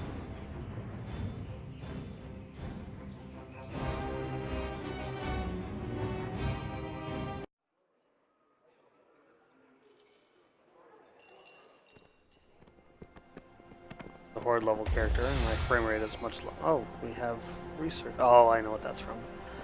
Before I go really quickly, I'm not going to go in the class area. So what we're going to do now, we are going to take a trip.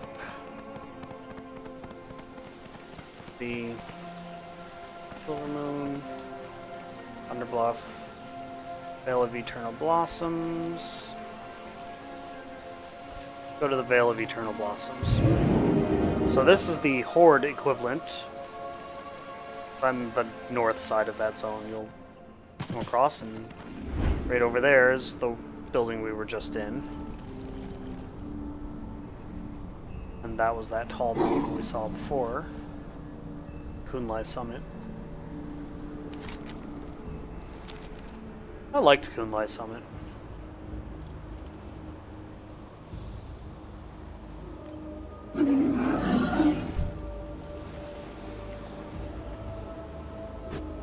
Now this is the highest. You can see that I'm moving even faster now.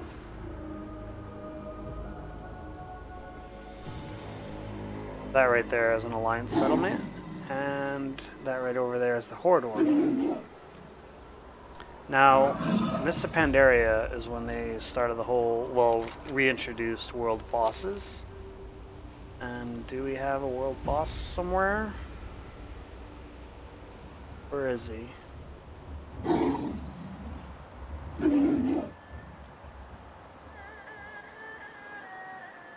don't see him. Must not be up. This is the tallest peak you can actually get up there on foot.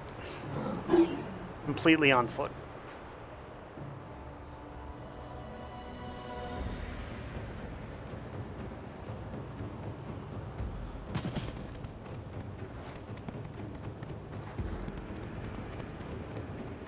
Trying to remember which side you have to do it from, though.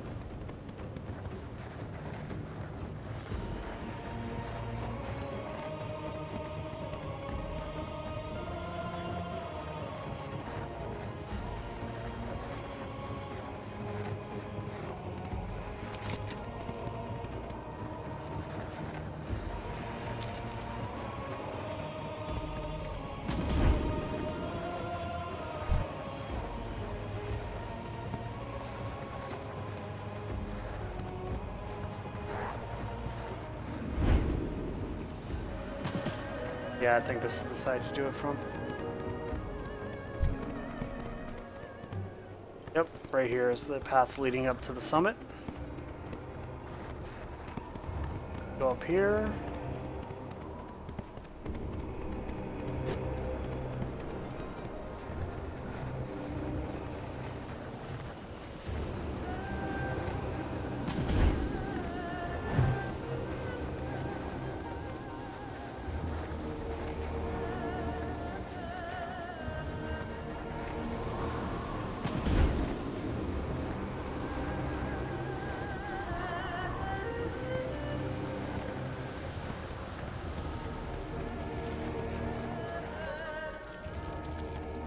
You go up here.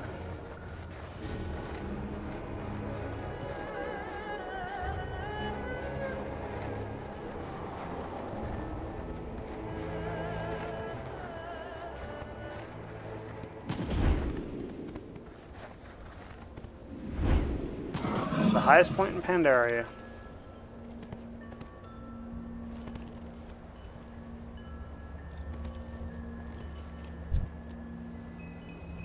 And that dragon border means it's an elite.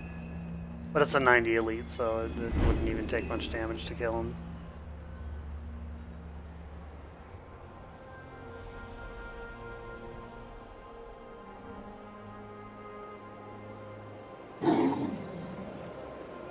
Not even sure I could get his attention.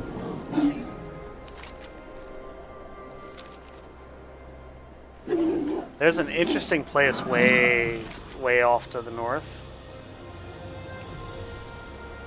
This island here, and that's another interesting place you can go to, but I think you can only take a portal there.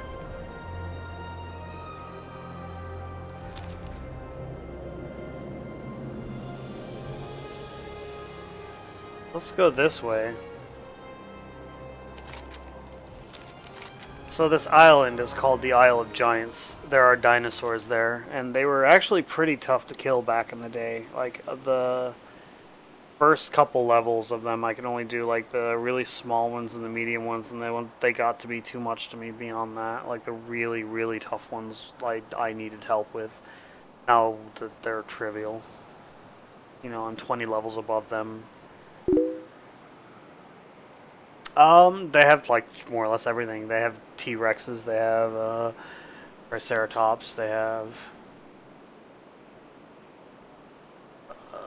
flying dinosaurs. Well, those would be Pteranodons, I think. Pterodons. They have their own names, like the T-Rexes are called Devilsaurs. I forgot what the Triceratops are. It's that island right there. You have to fly over fatigue water to get there. When you go over deep water in this game, you get a fatigue bar. And when the bar hits 0, you'll start taking massive damage, like 10% of your health per second or something like that. And the interesting thing about fatigue is if you die and you try and corpse run, you'll take damage as a ghost. You actually, if you go too far out, you won't be able to recover your body. You'll see it in just a second. Right, there's the fatigue bar. That hits 0, I'll start taking damage, but I'll get over shallow water way before I get to that point. Or I'll lose my mount.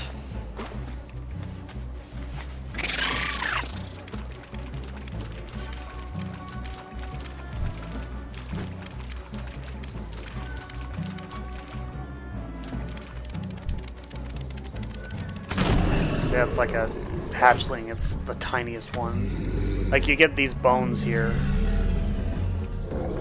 and 7 bones is like tiny. There's the primal. There's the tiny one. There are always going to be people farming these things. Always.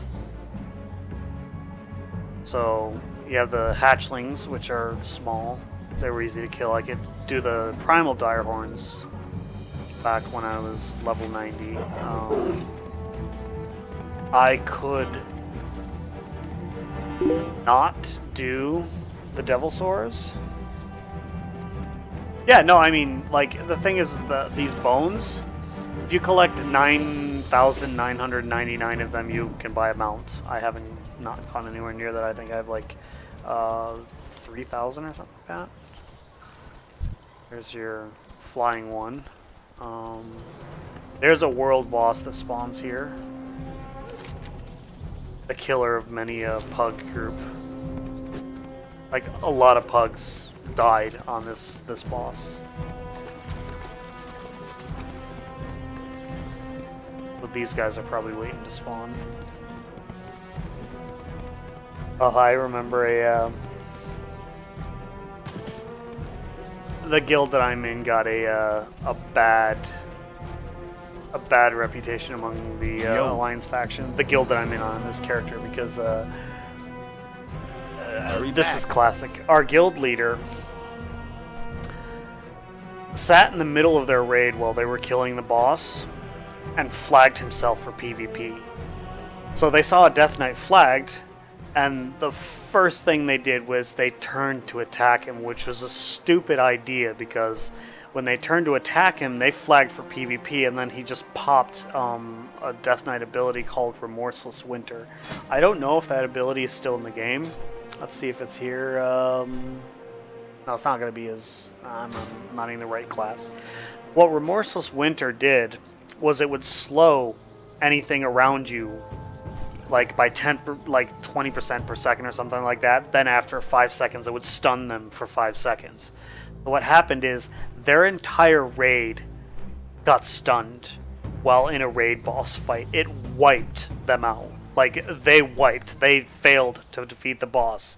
And it just ended up being this massive, like, PvP battle at the world boss that just went on for hours. It was a hell of a lot of fun. But, yeah, no one would group with us anymore after that. It was hilarious and epic, though. Like, this game wouldn't be what it is if we didn't, like, have these massive scale PvP battles with, like, Alliance and all. I never really participated in them because I was not really a PvPer, but it always made it fun. Like, you know, like Old War outside the Summoning Stone, there was always people, like, battling outside the Summoning Stone in Old War. You saw a lot of it outside of Throne of Thunder. There's a little bit outside Siege of Orgrimmar. There was less of it after. Oh, the world boss spawned. You hear him up there.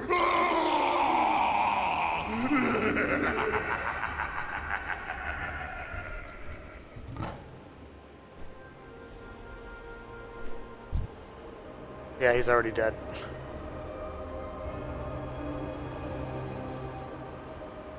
He has 7 million health. I'd probably actually kill him in one hit. What makes him difficult, the Shaw of Anger, to solo? Because I tried in the last expansion. He's a world boss, so he is always a minimum of level 93. So if a level 90 player hits him, he's level 93, but the way boss level creatures work is they're always 3 levels above you.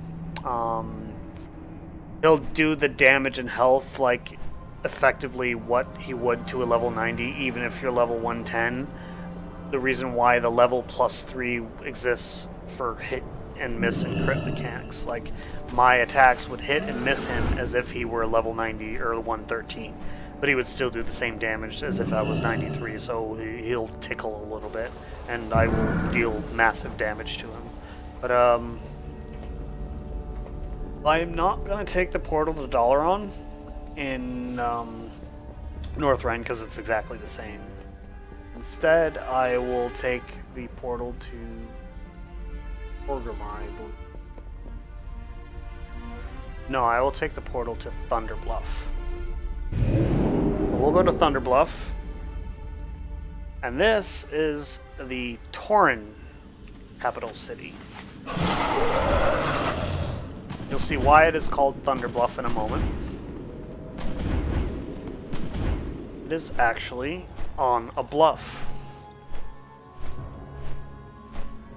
Like, this was actually arguably one of the most defensible cities, like, back in, you know, because sometimes it used to be you can actually go to the opposing factions' capitals and kill their leader. Like, that's Bane Bloodhoof. The Alliance could come here and kill him. Now, they can just fly here now. They'll be attacked by flying guards around the city now, but back before Cataclysm, they would have to come up via the elevators. And Horde players could just sit there and, like, knock them off the elevators as they come up. It was so easily defensible because the only points of entry before flying was here and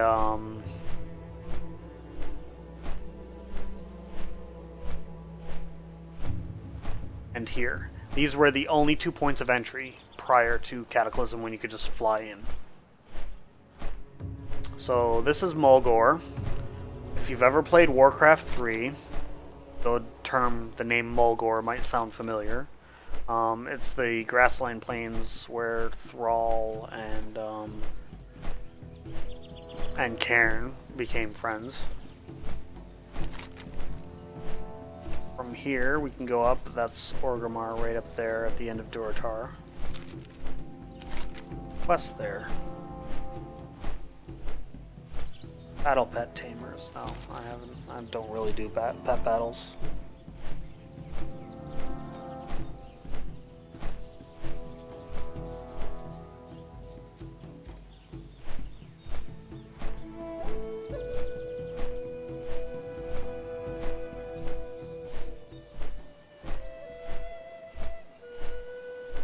So that is Southern Barrens there, and right up there is Northern Barrens.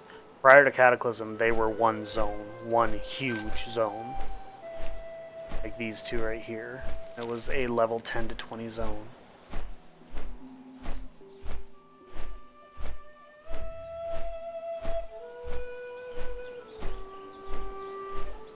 There is a dungeon in that cave.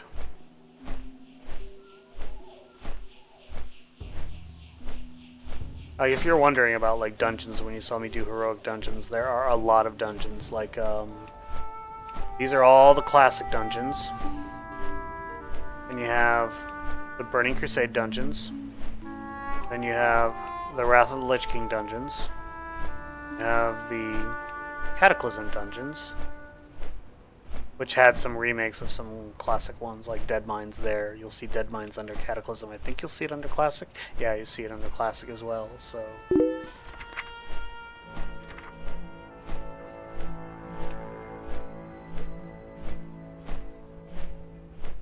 What do you mean by hardest class of dungeons? Like what type? It would be Mythic. Like your difficulties go normal, heroic, and then Mythic has like Mythic Plus, which gives increasing like difficulties, like up to plus 10, I think. Then we have Mists of Pandaria dungeons, Warlords of Genor dungeons, and Legion dungeons.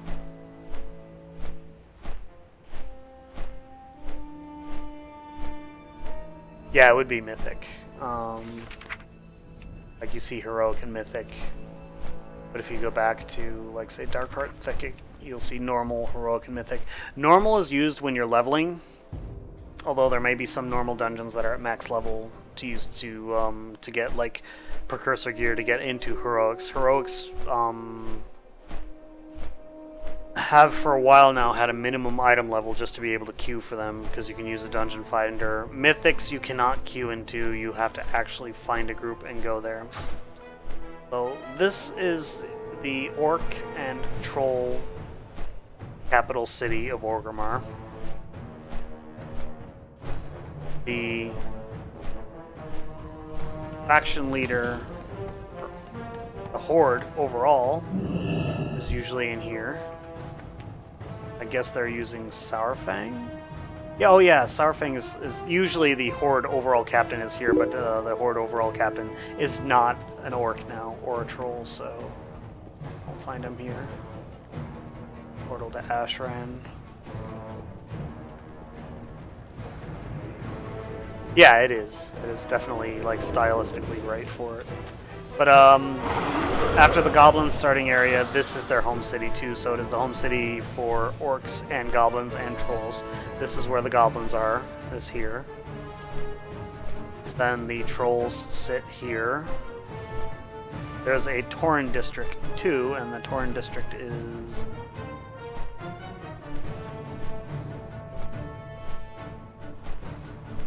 over here. You can tell because it's the theme there. And back here is the just various class halls. The Brawlers Guild that I showed you in the tram in Stormwind, outside Stormwind. The Horde equivalent is right here.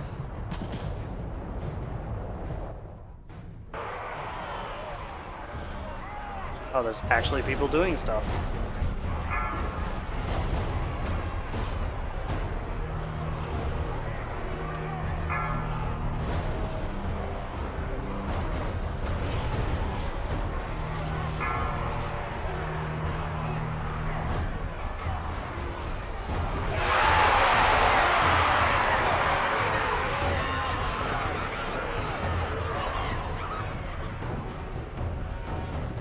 See, those are supposed to be challenging fights.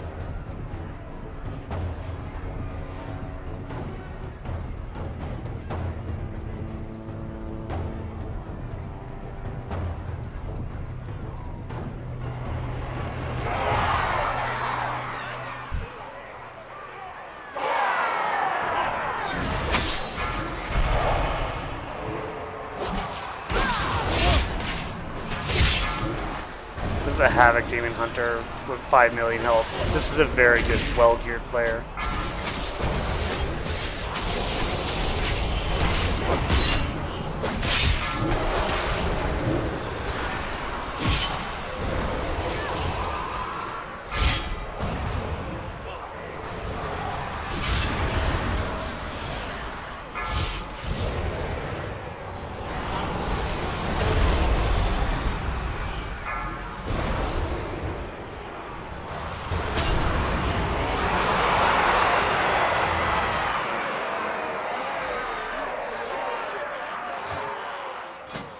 this person's gear is like.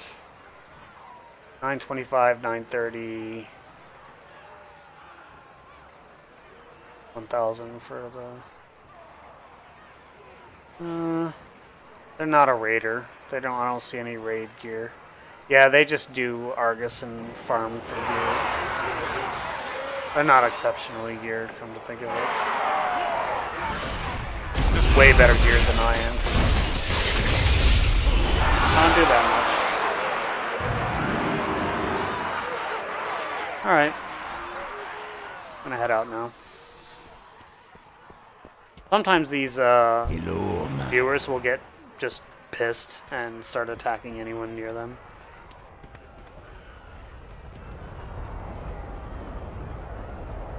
So before I go to the next area, the other continent, I am going to fly south to show you where the troll starting area is and where the orc starting area is. Like when we look at the map for Mulgore, where Mulgore was, there's Thunder Bluff. The torrents start there, that area right there. For the trolls, they start there, and for the orcs, they start here.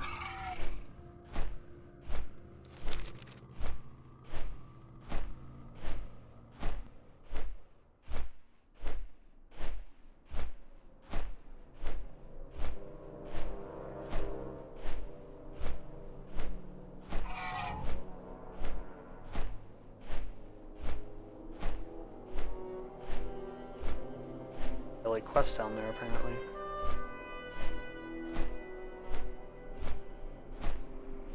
Probably battle pets.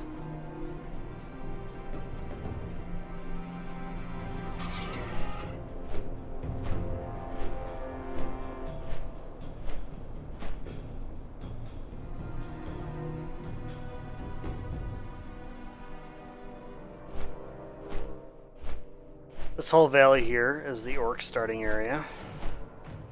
You make a level 1 orc. Like if you were to get, like, say, a trial account, this is where you would start out as an orc. Your character would actually spawn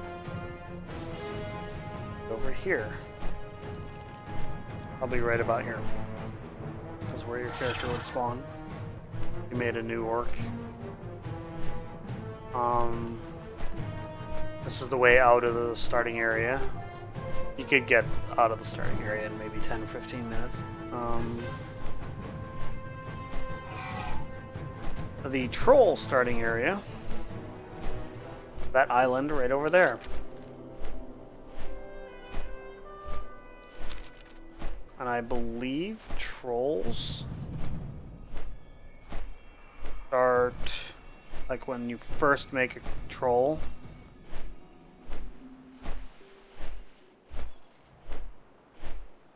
a troll would spawn right about here. There's a brand new troll, level 1. A monk.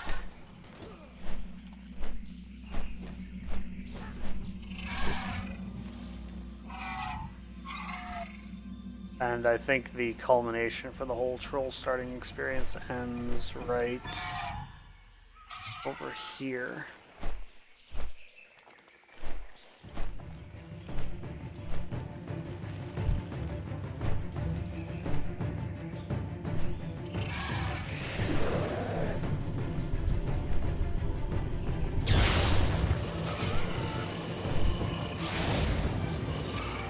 Yeah, I could stand here all day, they'll never kill me.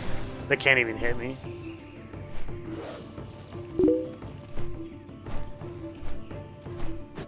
Hit-miss mechanics are based on level differences, and with a level difference of 109 levels, they won't be able to hit me at all.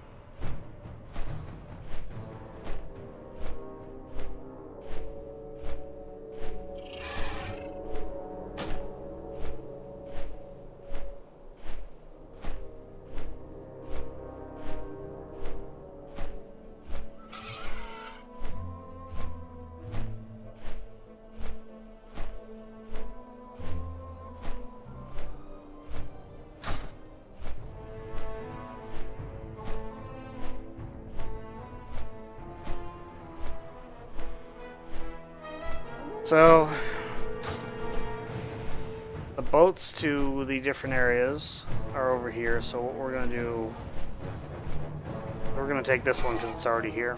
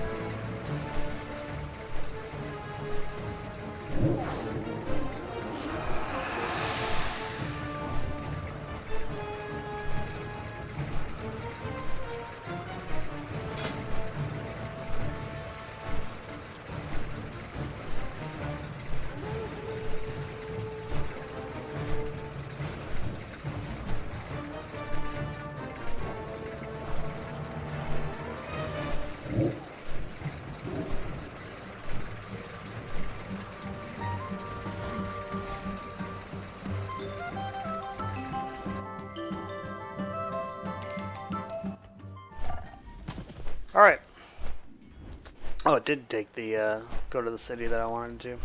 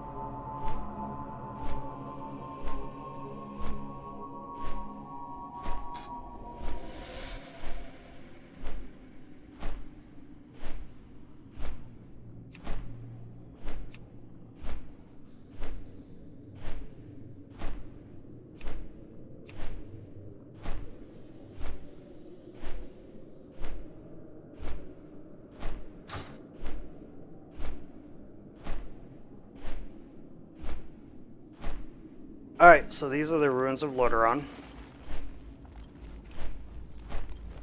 Normally, like if you've ever played Warcraft 3, these are the entrance to the old city of Lordaeron. This is where Arthas first came in. See him walking through here, Warcraft 3. This right here is the throne room where he murdered his father. Those are like where all the advisors were standing above. So this is where Arthas, before becoming the Lich King, had killed his father. But I don't like going in the city that way just because it's a pain in the ass, because there are elevators you have to wait for, and I hate waiting for them. So I'm going to take the back way into the city. Wall's going over here.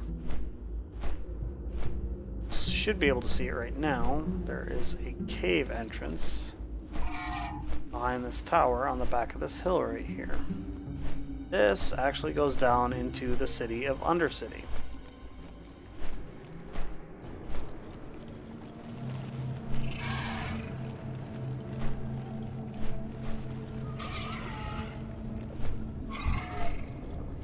This is the city of Undercity.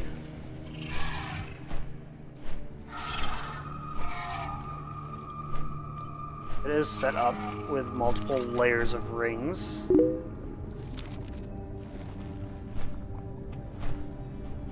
I hope the cake tastes just as good this time around. So this is the outer ring of Undercity. There are 4 quarters. They each have their own theme. Like this is the Rogue's Quarter, which has the Rogue trainers and all this. It actually is where you buy heirlooms from.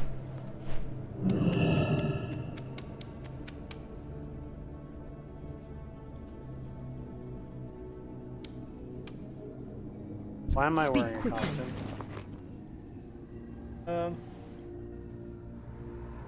Interesting. Watch your back.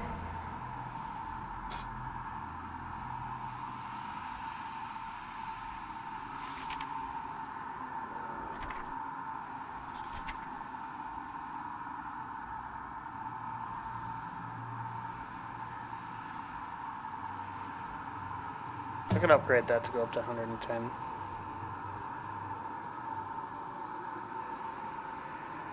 And that, and that. I'd rather do the ones that give experience, though. It's like going from above 100 on these weapons doesn't make any sense. It would make sense, definitely, to get the things that give you bonus experience, though.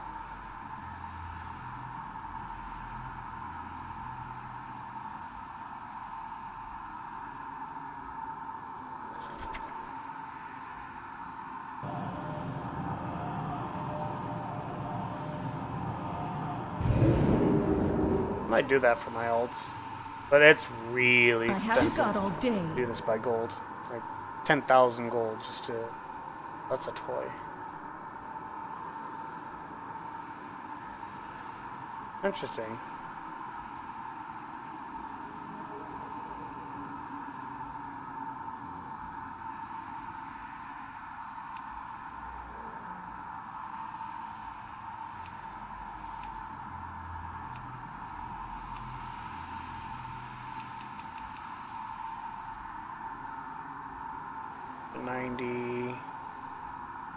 To 100.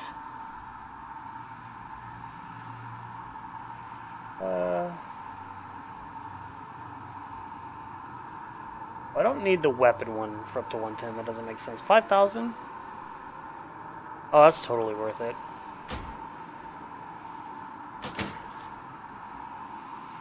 I'll need a few of them though. Trust no one.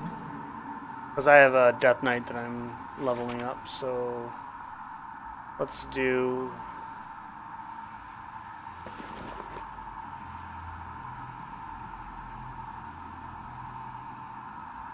I don't know whether to do crit or haste. I guess it generally doesn't matter, but crit is usually more... Let's, I can't do that one, so let's may as well do Valor.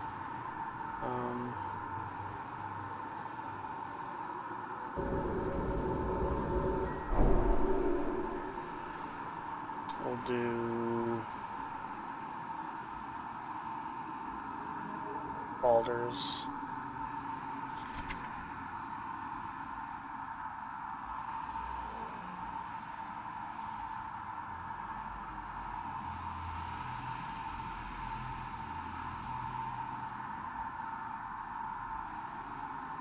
Do the, no, since that one's not 100, we'll just do anything that's 100. So we have the helm, so we just need shoulders, cloak, chest, legs.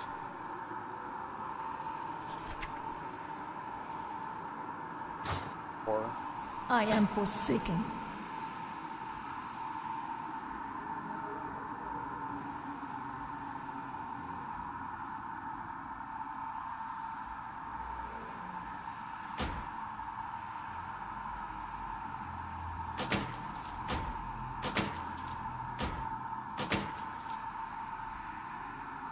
There we go, that's 20,000 gold down the drain. Beware the living.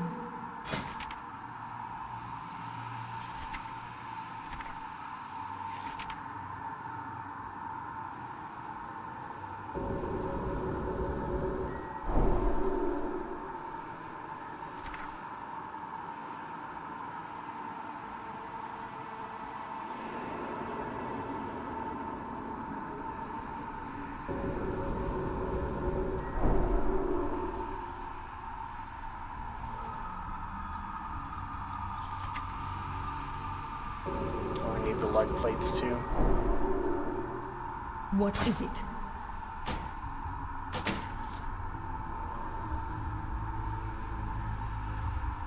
Our time will come.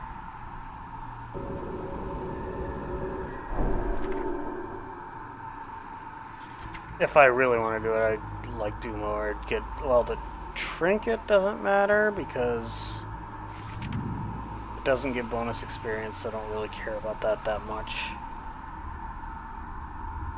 The neck gives health. I'm just more interested in the things that give bonus experience. So I would need rings, trinkets. It's a neck. Thought I had a ring. I have like a bunch of trinkets, I guess. Necklaces.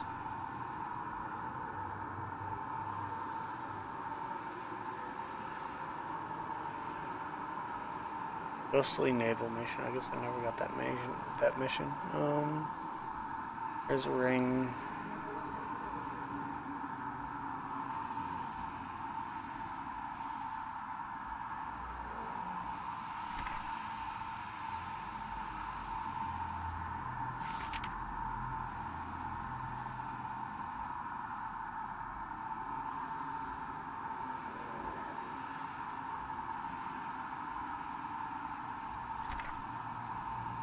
I guess that's it then. Alright, so yeah, this is Undercity. There's also a ring here. These are the auction masters. And take this, and this is the center area where you would find like the flight point. The bank is right there. See the bat handler over. Bat handler. Bat handler is right there. And then from the upper level of the outer ring here, go here.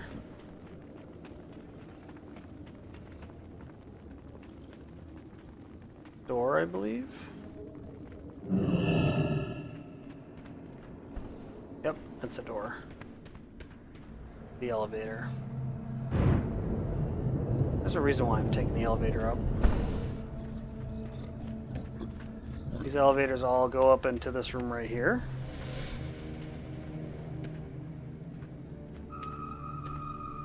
Through this room. There are two ways out here.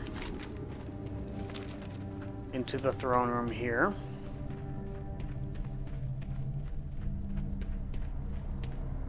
Here.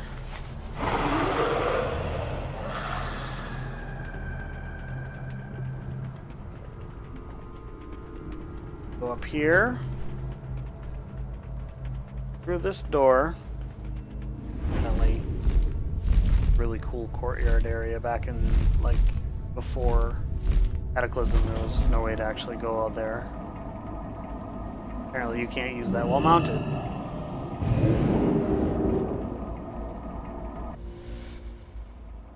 And where you go to is here, Silvermoon City.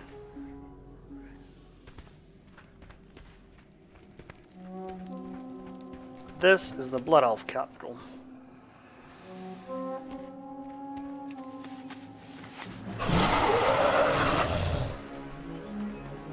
If you have played Warcraft 3, you may remember in the storyline where Arthas had to resurrect Kel'Thuzad, who was a necromancer. And this is part of what led to Sylvanas' hatred of Arthas. Now, it led to an explosion of the Sunwell, and that created what is called the Dead Scar, which is that middle part right there. This is not part of Silvermoon City.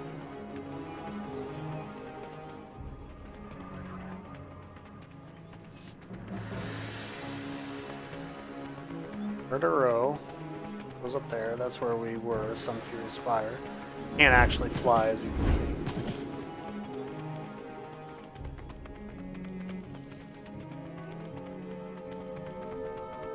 Different area, and that would be here on this. You actually can't go through that. That's a door. This whole part here, the Dead Scar, is not a place where you can actually go. The ruins of Silvermoon over there is actually just a part of the broader zone, because like the Blood Elves start here, and then they would work their way here, and then into the greater zone at large. That's the bank. This is a shortcut through here, back to the front door where we just were. I think this is it. Or I might be wrong.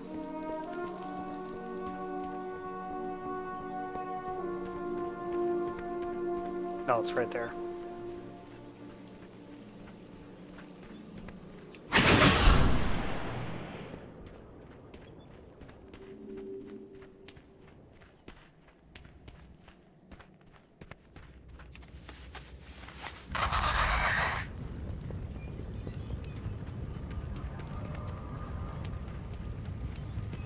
This is the way into the normal way into Silvermoon City.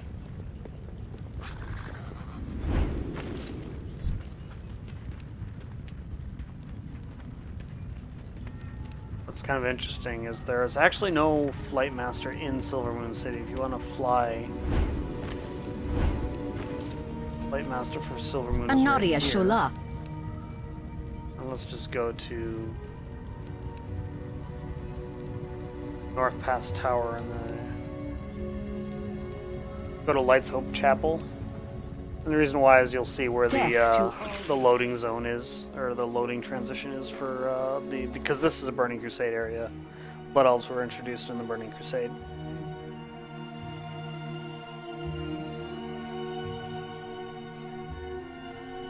This is the Dead Scar. It's the result of the explosion of the Sunwolf on the Sunwell in the Burning Crusade, or not the Burning Crusade, the Warcraft 3.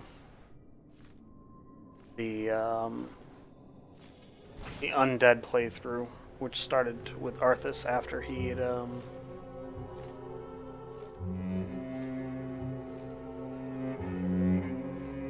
betrayed his mercenaries. I haven't played that game in years. I'm not very good at it. That's a real-time strategy. I'm terrible at real-time strategy games. Which means I'm not very good at MOBAs either.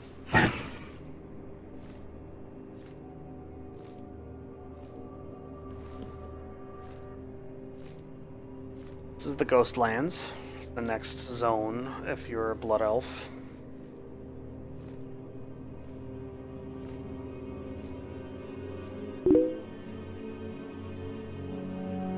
It is a little bit spooky. It is definitely an atmospheric zone. There was a level 70 raid here, Zolomon right there. It is now a level 85 dungeon, a level 85 dungeon. It was originally a 10-man level 70 raid, now it's a 5-man level 85 dungeon.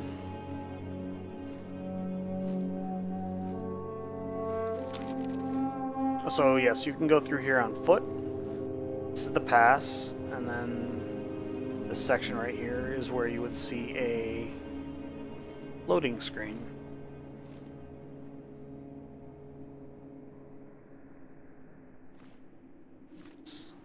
That's the loading screen right there. And this takes you into Eastern Plaguelands.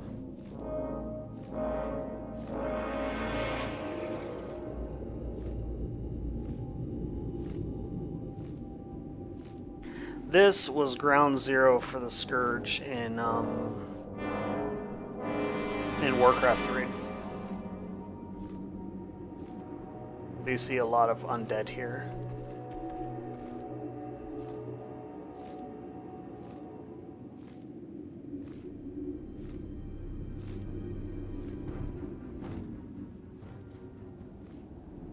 I find it kind of interesting that like most classes have their own faction and their own factions, especially the older classes.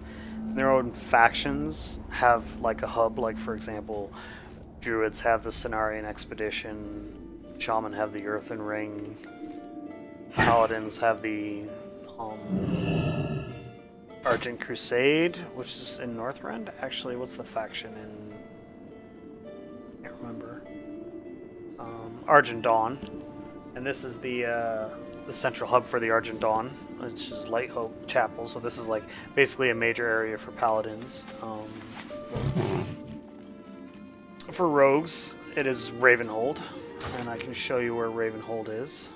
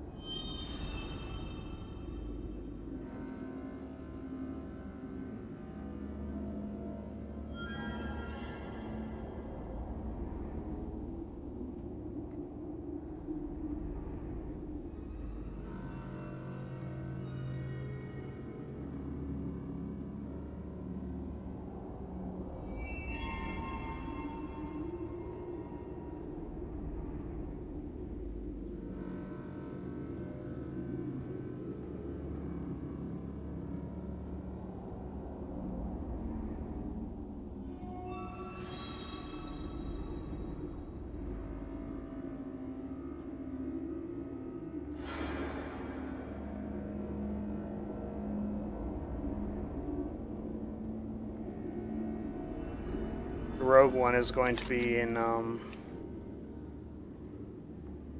Hillsbrad Foothills.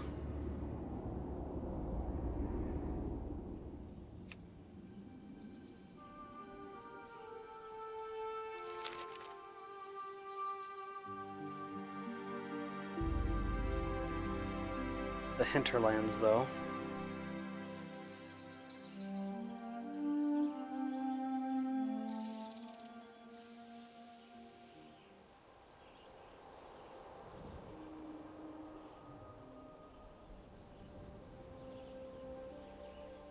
That is Airy Peak, which is an Alliance West hub.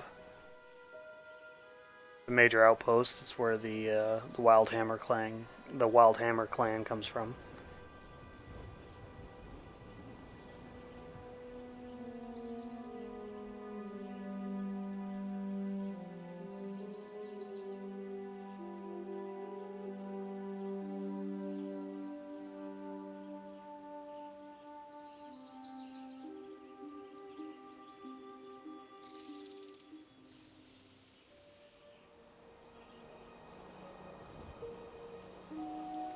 This right here, these are the ruins of Durnhold Keep.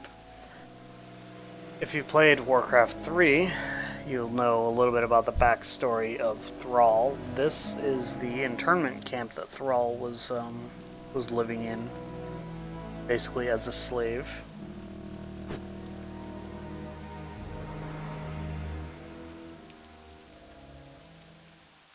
And to find Ravenhold, not far from Terran Mill, which is a major horde settlement. This is an area known for like major PvP battles back in vanilla, but it's strictly a horde zone now. There's no Alliance hub and no Alliance quest presence here. It's basically a horde zone, as you can see. So this is Terran Mill. And to find Ravenhold Manor, you would actually go across the river from Terran Mill.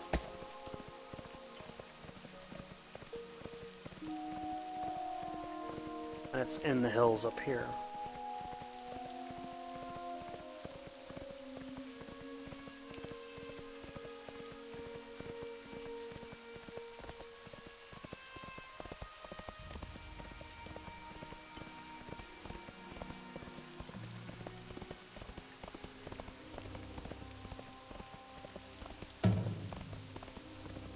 I'm not going to actually go through the tunnel because that would dismount me, but I will go. Hey there. You'll see they are all level 85 because there is a major level 85 quest line that is centered on this area. What can I do for you? Here is a major Easter egg, Windstone Wolf, the wolf, reference to Pulp Fiction. What can I do for you? Light be with you. You need something? There is a quest where you had to, a rogue legendary dagger quest line where you had to sneak in here. It was a really fun quest line.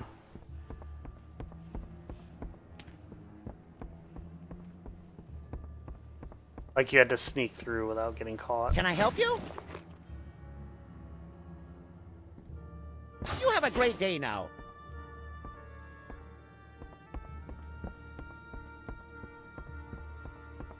You had to work your way down here. And there's an egg. There was a black dragon born from that egg. That's what the whole quest line was about. Rathian gave you daggers. As a matter of fact, he gave you these daggers.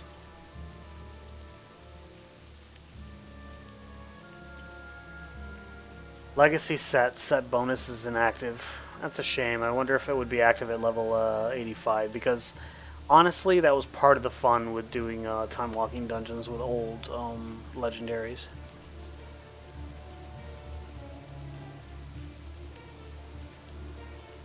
So why is this legacy set not inactive? Weird.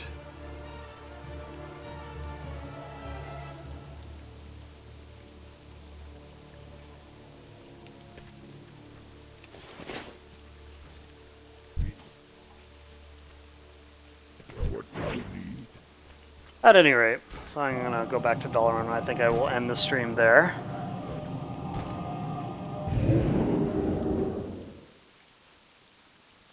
And then get ready to go to bed because I have to work in the morning.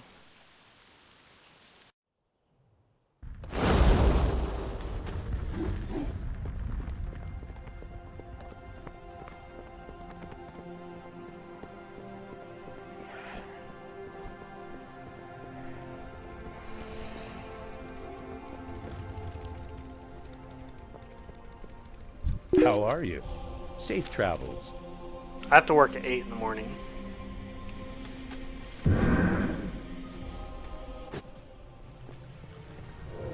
Which means I have to leave my house by like 7:30 at the latest.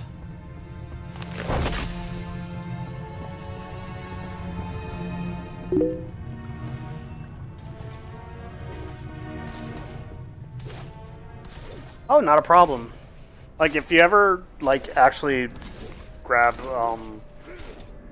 if you ever make a like a starter account and you could do level 1 to 20 and all that, you can't form groups, but you can be invited to them. I'll be glad to help you out whenever in any way that I can. But I'll see you later, Epiphany. Thanks for watching. And I don't need to give you the like and subscribe spiel. I mean, it looks like you're the only one watching anyways, so. I shall see you later. I'm going to do some missions here before I log off. So, you have a good one, sir.